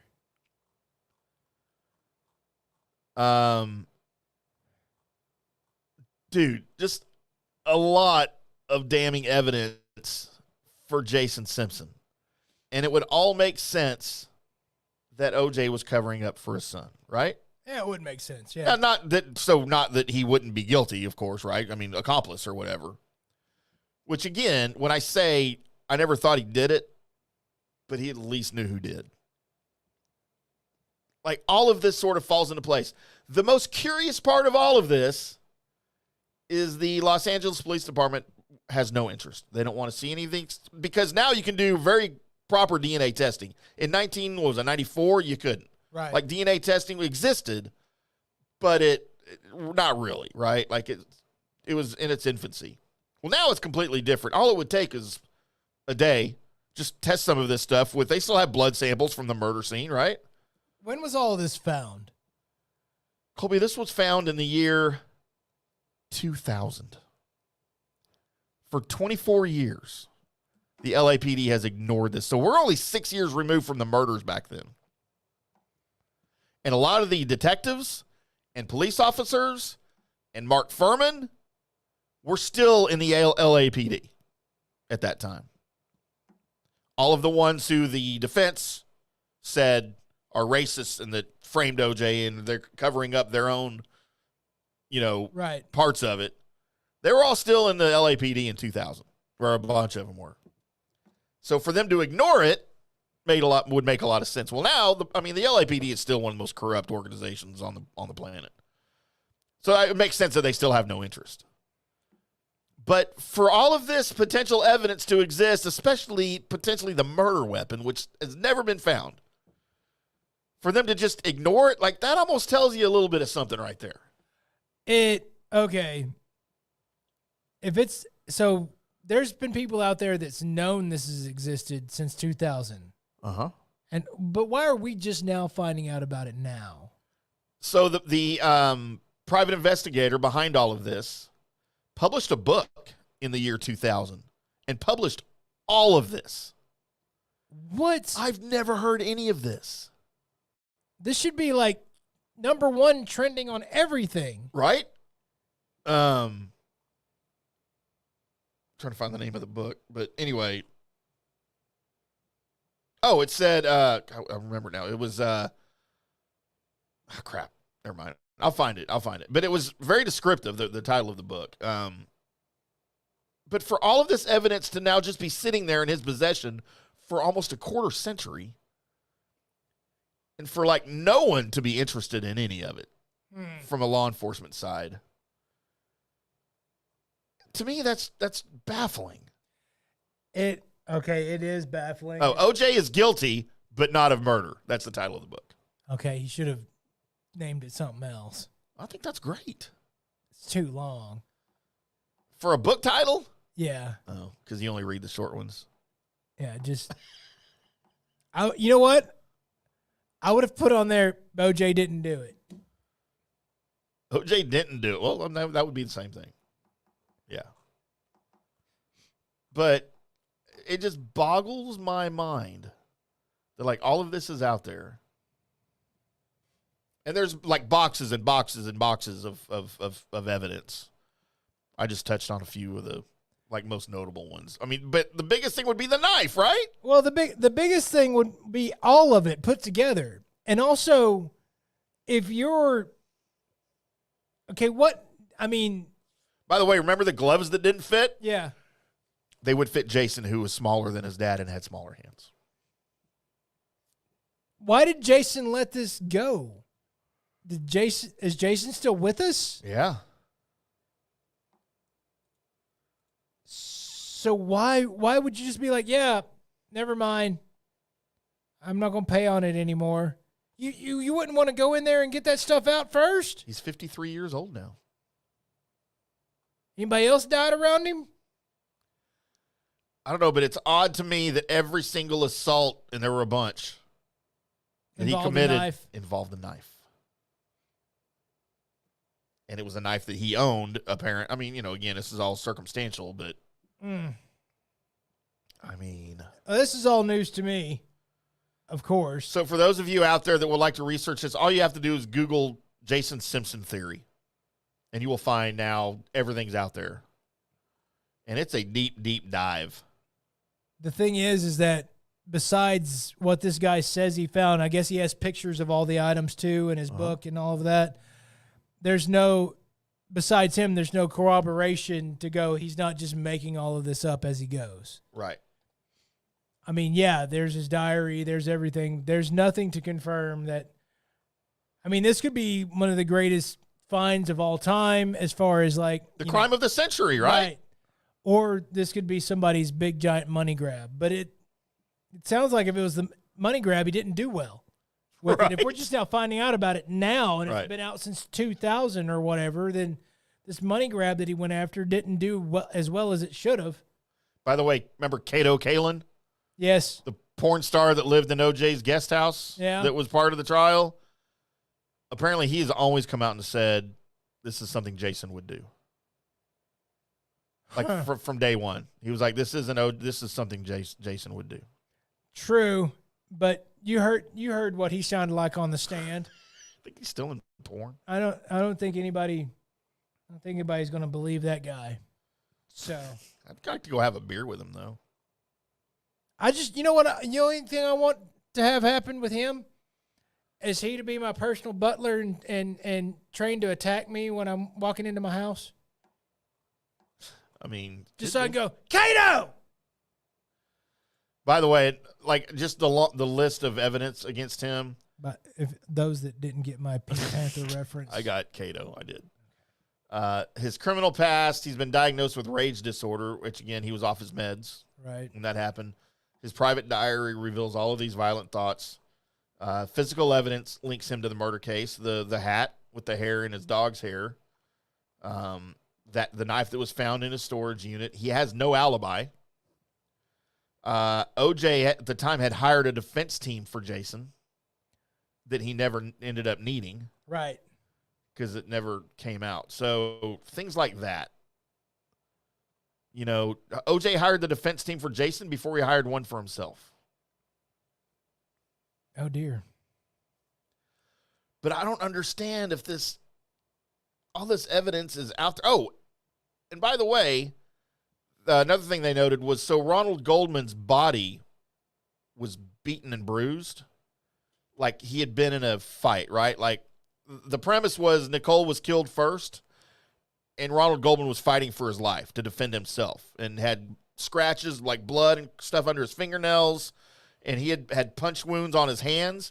OJ never had any signs of a struggle, right? He never had any bruises, any scratches, anything on his body anywhere. no one ever checked out Jason, but he has no alibi for where he was that night. Damn.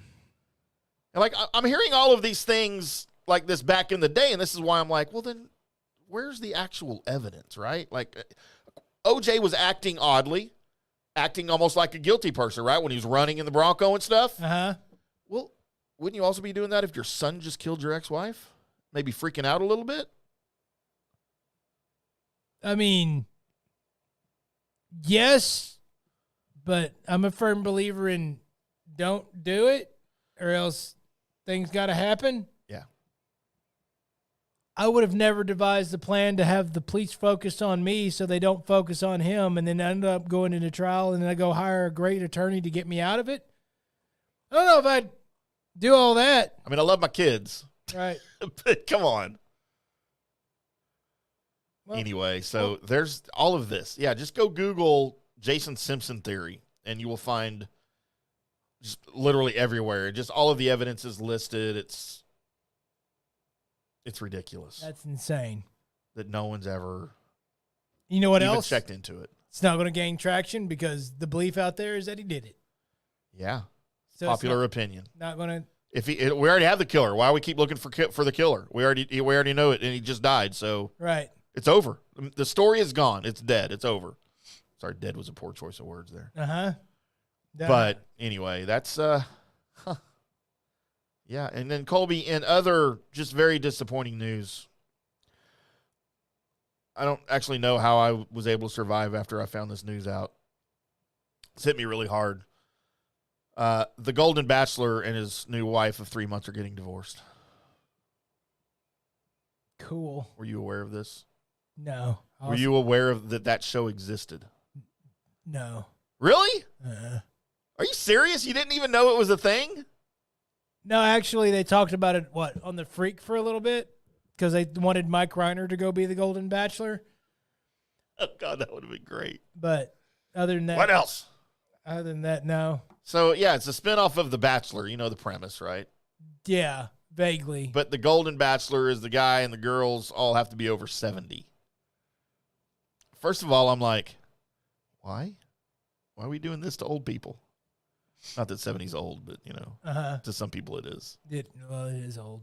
It is old. Now you're calling me old now. It's not that far away. It's not. And I never watched any of it, but, for 70, these were all the best-looking 70-year-olds they could find, right? Right. For the girls. And he was 73, I think, and didn't look 73. Like, dude probably looks younger than me. Right. I mean, that's not saying much. Not hard to do. Not hard to do. But, a good-looking dude, right? And all the women looked way older than him. But I thought, it's just a terrible idea. And now, they've been married 3 months. Spent all this money, destination wedding, that I'm sure the network paid for all of it, and it was definitely a real wedding. I thought this is just for show. 3 months later, she's filed for divorce. Why? I'm wondering why people watch this stuff. Oh, I don't know. Ask Sean Sharif. He does, doesn't he? Yeah. No, I have no idea. I'm not a reality TV guy. I'm not a documentary guy because it's all the same bull crap. I'm not. No. You know what? Giving me my shows to entertain me, I'm not entertaining. You like wrestling. I do like wrestling. It's different. It's a different premise. It is. And look, there is no such thing as a reality show. It is all 100% scripted. Everything. The Bachelor, they already know who they're going to pick. It's all scripted. So when you find out you're watching this stuff, the game is to pick what girl you think is going to be in the script to win it. Right. So I know a girl that was on The Bachelor. She was one of the girls on a Bachelor season. She said she knew going into it she wasn't going to be the one picked. Huh. It's all rigged. Well, yeah, duh. I just don't understand, man. Sorry, I tapped out there I for saw a second because apparently Zendaya is in a movie about tennis, but also about two dudes and her on the same bed. Oh, Luis Zendaya? Yeah. I don't know he played tennis. Not her. No, I saw the trailer for that. It just threw me off for a second. Yeah, you haven't seen that before? I've seen it 4 or 5 times, yeah. Yeah, it's like her about to get it on with 2 dudes. Yeah. Threw me off for a second. I can see that. I used to think she was attractive, but I'm kind of out. Well, I don't know what's wrong. Oh, it's because she's crazy or something, right? She's crazy, dude. I don't care. I know you don't. I'm not trying to look at her for her mind. Colby, women are more than just a piece of meat, all right? You have to respect their bodies and their minds. You know what? I do. I do. Except for the ones on the TV and stuff. I'm just there for me to look at. That's not why they're there. That's exactly why they're there. Is that what you think? Is that how you live your life, sir, demeaning women like that? 1 mile at a time, sir. 1 mile at a time. I don't know how you're still on the air. You should have been canceled a long time ago, Colby. Oh, your mouth should shut up. Are you ready for this? Segue. Thank you, Tim. Thank you, me. Thank you, you, for making it sound good. News and Notes is where I search the World Wide Web for the weird. Internets. And by God, I found it. Let's go to Cambridge, where, you know where Cambridge is, Tim? Massachusetts. It's in Massachusetts. That's right. I'm smart. Mm-hmm. So the Cambridge Police Department Youth Resource Officer is no longer able to be a Youth Resource Officer because he had to go to the shitter. You know those little hooks in bathrooms where you can hang up your coat and whatnot in the stalls? Oh, no. That's where he thought his pistol should go while he sat down on the toilet. Well, there's only one place, too, to hang the pistol by, right? Yes. Huh. It unintentionally discharged in the bathroom. How'd that happen? I hate accidental discharges. Yeah, and so he's now on administrative leave pending full review of the incident. That's why you only should do that stuff at home. Because his gun accidentally went off in a school bathroom. That's bad. Here's another thing. So you hung your gun up on a hook by the trigger guard. That's stupid. Yeah. You thought to hang your gun up. That's stupid. You hung your gun up with one in the chamber. That's stupid. You hung your gun up with one in the chamber with the safety off. So it didn't hit him? No, it apparently It just discharged. shot the floor, right? And I don't know where else it went. Probably broke some tiles. And it sure would be in here, too, if it shot, like his toe off or dislodged a nut. That's probably be in there. So, but yeah, man, where in gun training at the police academy do you discuss? Maybe he was in training with Mahoney. Maybe so. And Tackleberry. I can almost understand being ready for anything and thinking you needed one in the chamber at all times. Sure. Okay, fine. But you can put the safety on You can when put you're the taking a safety dump. on. You probably need to keep the safety on until one click and you're ready to go. Right. Right?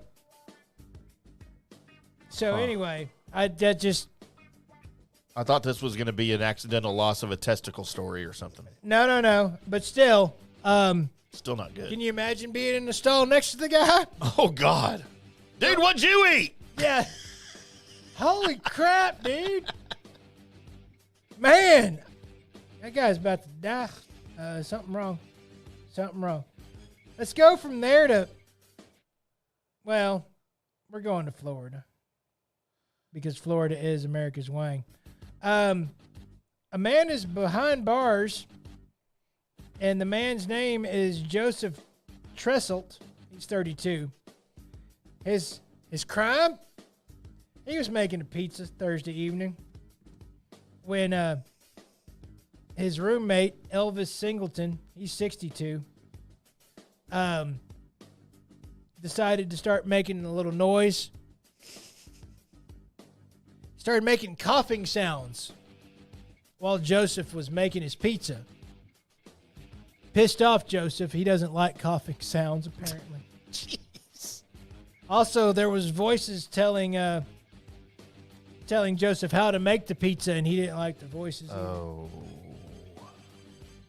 So he took the pizza dough and launched it at Elvis Singleton's face. Like he threw it? He threw the dough at Elvis's face, to which Elvis called the cops and filed for assault. We had a similar story a while back. Colby, remember the girl got hit in the face with a sandwich? Yes.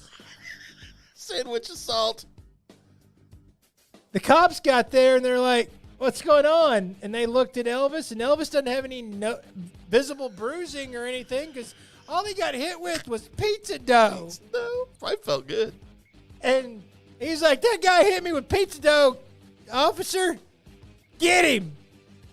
So they did because they had to, because Joseph's like, yeah, I hit him with the pizza because I heard voices. Now you've got to take that guy in for at least for a little bit just to find out.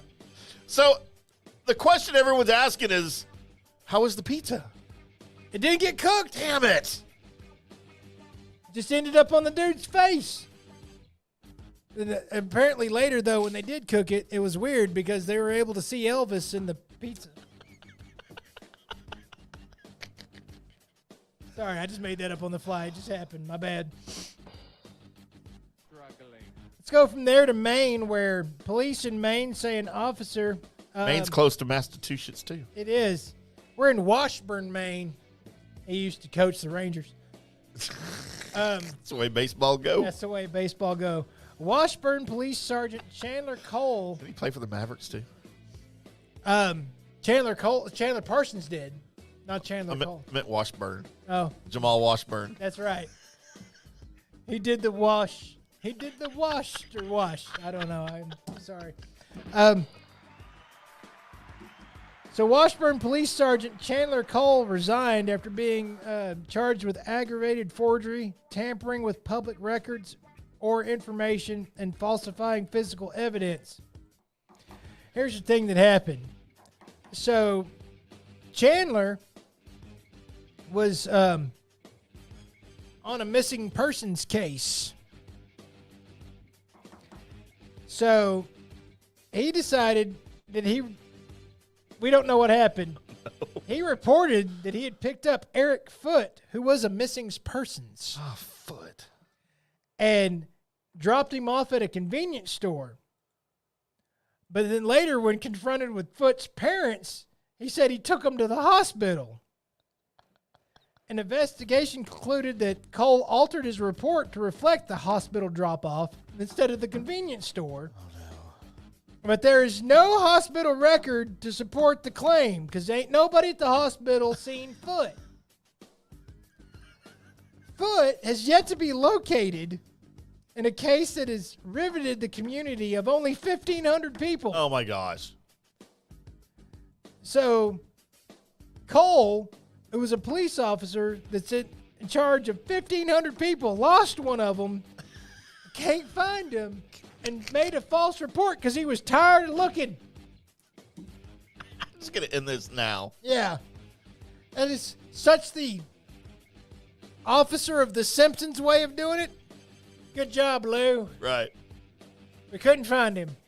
Sure, I dropped him off at the Exxon. The hospital. The hospital, same thing. It's right next to the Exxon. So they still can't find Eric Foote, and they're not sure if Cole has anything to do with it or not, but maybe he was just being lazy and never found him at all. He's got tired of looking.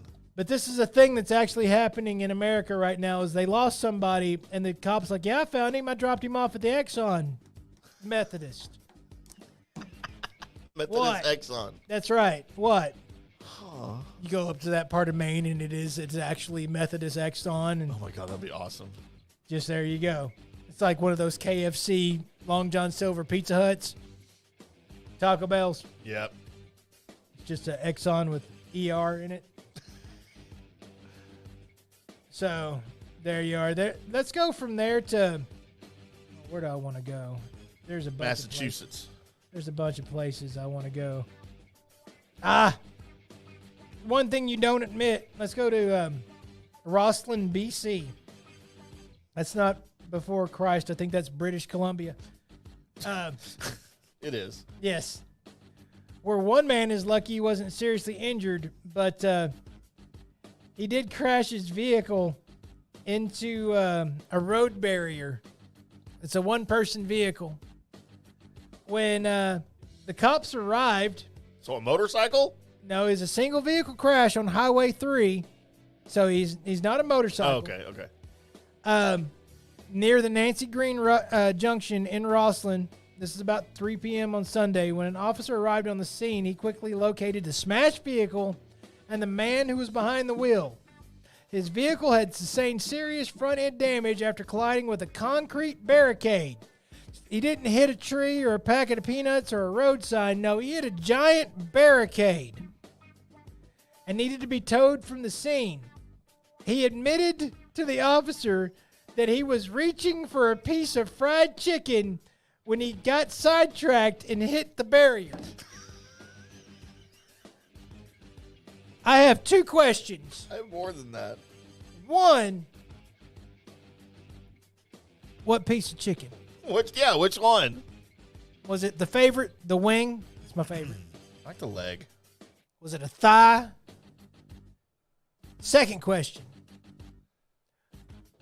Where'd you get the chicken that was that good that you had to take your eyes off the road to get a piece of chicken out of the passenger seat? You didn't put the chicken in the back seat. Nobody does that. You put it in the passenger seat. You couldn't just feel around while you're watching the road. You had to go, no, I need to know a specific piece. Long enough that you crashed into a barrier. Lucky you're alive, but I do want to know where this chicken was bought. It's not in the article. I've searched. Churches or Williams. You ever had Williams? I've had, but you know what's better than Williams? What? Lisa's. Who's Lisa? She You've single? You've never had Lisa's chicken? I've never seen Lisa's chicken or anything on Lisa. You need to try Lisa's. Where are they at? A lot in Fort Worth. Okay. Over in the town of the cow? Yeah. Quite a few. If it's good enough, I'll make the drive just for food. It's really good. I used to drive to Gainesville just so I could eat at Taco Casa. Williams Chicken, by the way, has kind of gone downhill. Has it? I haven't eaten probably there in 20 years. Yeah, it's not as good as it used to be. So going on. John Wayne Bobbitt's in the news. Again? Yeah, that guy. To get his tinkle dairy tinkled off? So 30 years ago, his wife Lorena infamously cut off his penis. She was kind of hot, too. Well, it seems he can't stop losing body parts. Oh, no. And that's actually the first line in this article, right underneath this picture of him in the hospital. As he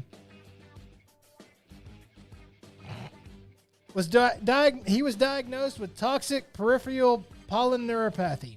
Neuropathy. I don't know how to say that word. Neuropathy. Neuropathy. After being exposed to contaminated water at a camp military training facility in the late 1980s. Because of that, he now doesn't have any toes. How's he going to run from the girls? They're trying to cut off his tallywhacker. Well, see, now remember he made that movie where he had his stump. Yeah. But now he also has stumps on his feet. When do you think the last time John Bobbitt and Lorena Bobbitt had a conversation? Man, I don't know. You think they stay in touch? No. I mean, not only did she remove it, she kept it with her for a car ride and then launched it out the window. Yeah, she did out the window, right? Yes. Like the cops or whatever, paramedics had to find it in the road and ice it down to reattach. You think he gets a boner? Yeah, he did. He made an adult movie. Yeah, he made an adult movie, so he did something. Oh, Colby. Can you? I see? I think life has chosen to make you sad when your 15 minutes of fame was because your penis got detached and launched out a car window. And then the next time around you made the round in the news is because your toes fell off. He needs to keep track of his body parts better. You think at some point, like, because of his notoriety, that if you can, like, I think I'd get my toes bronzed. You got his tallywhacker bronze? Well, no, it's still back on him, right? I don't know. Do you think you got a bionic one put on? I don't know. I didn't see the movie. I figured you did. Never saw it. I want to now. No, you don't. I think he was in the Bob's Burgers porn. Yes. Yes, he was Played Bob. Bob. They have the same hair. He was Bob. Bob Bobbitt. So. Oh, Colby. There's that. Do I have any more stories that you guys need to know? Need to know. Oh, yes. 2 men. Oh, my God. See, I didn't know this was a thing. Police arrested 77-year-old Alfredo Rodriguez. Alfredo Roberts. And 54-year-old Hector Cortez. These 2 guys are career criminals. I mean, okay. What else is new? Yeah. Police are calling them the shopping cart bandits. Oh, no. As the pair took at least 140 carts in 5 days' time. To do what? Apparently, you can sell shopping carts for about $200 a piece. So if there's a black market shopping carts. There is, I guess. But they have to be, like, unbranded, right? Like, you can't have a Walmart or Target shopping carts. I mean, who's going to buy those? Well, I'm sure you just take off the little plastic things that are on there that say what store they're from. I guess that wouldn't work for Target because those are all, like, plastic and red and right. Big logo like a NASCAR. They're probably worth $300. Yeah, just sell them to other Targets. That's right. Got you some carts. Off-brand Target that you stole from their store like the day before. Right. Hey, I got 5 for... That's weird. We're missing 5. Yeah. They don't keep track of them that well. The fact that there's one store that they stole 140 carts from. Not a bunch of stores. Just one. They're going to notice that. Yeah. So one of the managers noticed that, man, we don't have as many shopping carts as we used to. This is weird. Some of them walk off because people just walk off with Yeah, it, yeah. right? 1 or 2 or whatever. Not 140 in a week. So out of their 500 shopping carts or 400 shopping carts, they lost 140 of them, which you would notice that number. Yeah. So they started looking around. They started looking at video, and they noticed these 2 guys all the time wearing the uniform of a shopping cart dude. But yeah, just loading them up into a truck. They cornered them, called the cops, and sure enough, there was 5 carts in there, and they found out they stole 140 of them. The police say worth $30,000. Jeez. Colby, we need some carts. I mean, that might be police math. I don't think they were getting $30,000 for their 140 grocery carts. Not at $200 a piece. So, 200 times 140. They said there was no math in this job. What's what? It can't be 30,000, right? Or can it? I don't know. I'm bad at math. 200 times 140. $28,000. There you go. Wow. Look at us Pretty doing damn math close. on the show.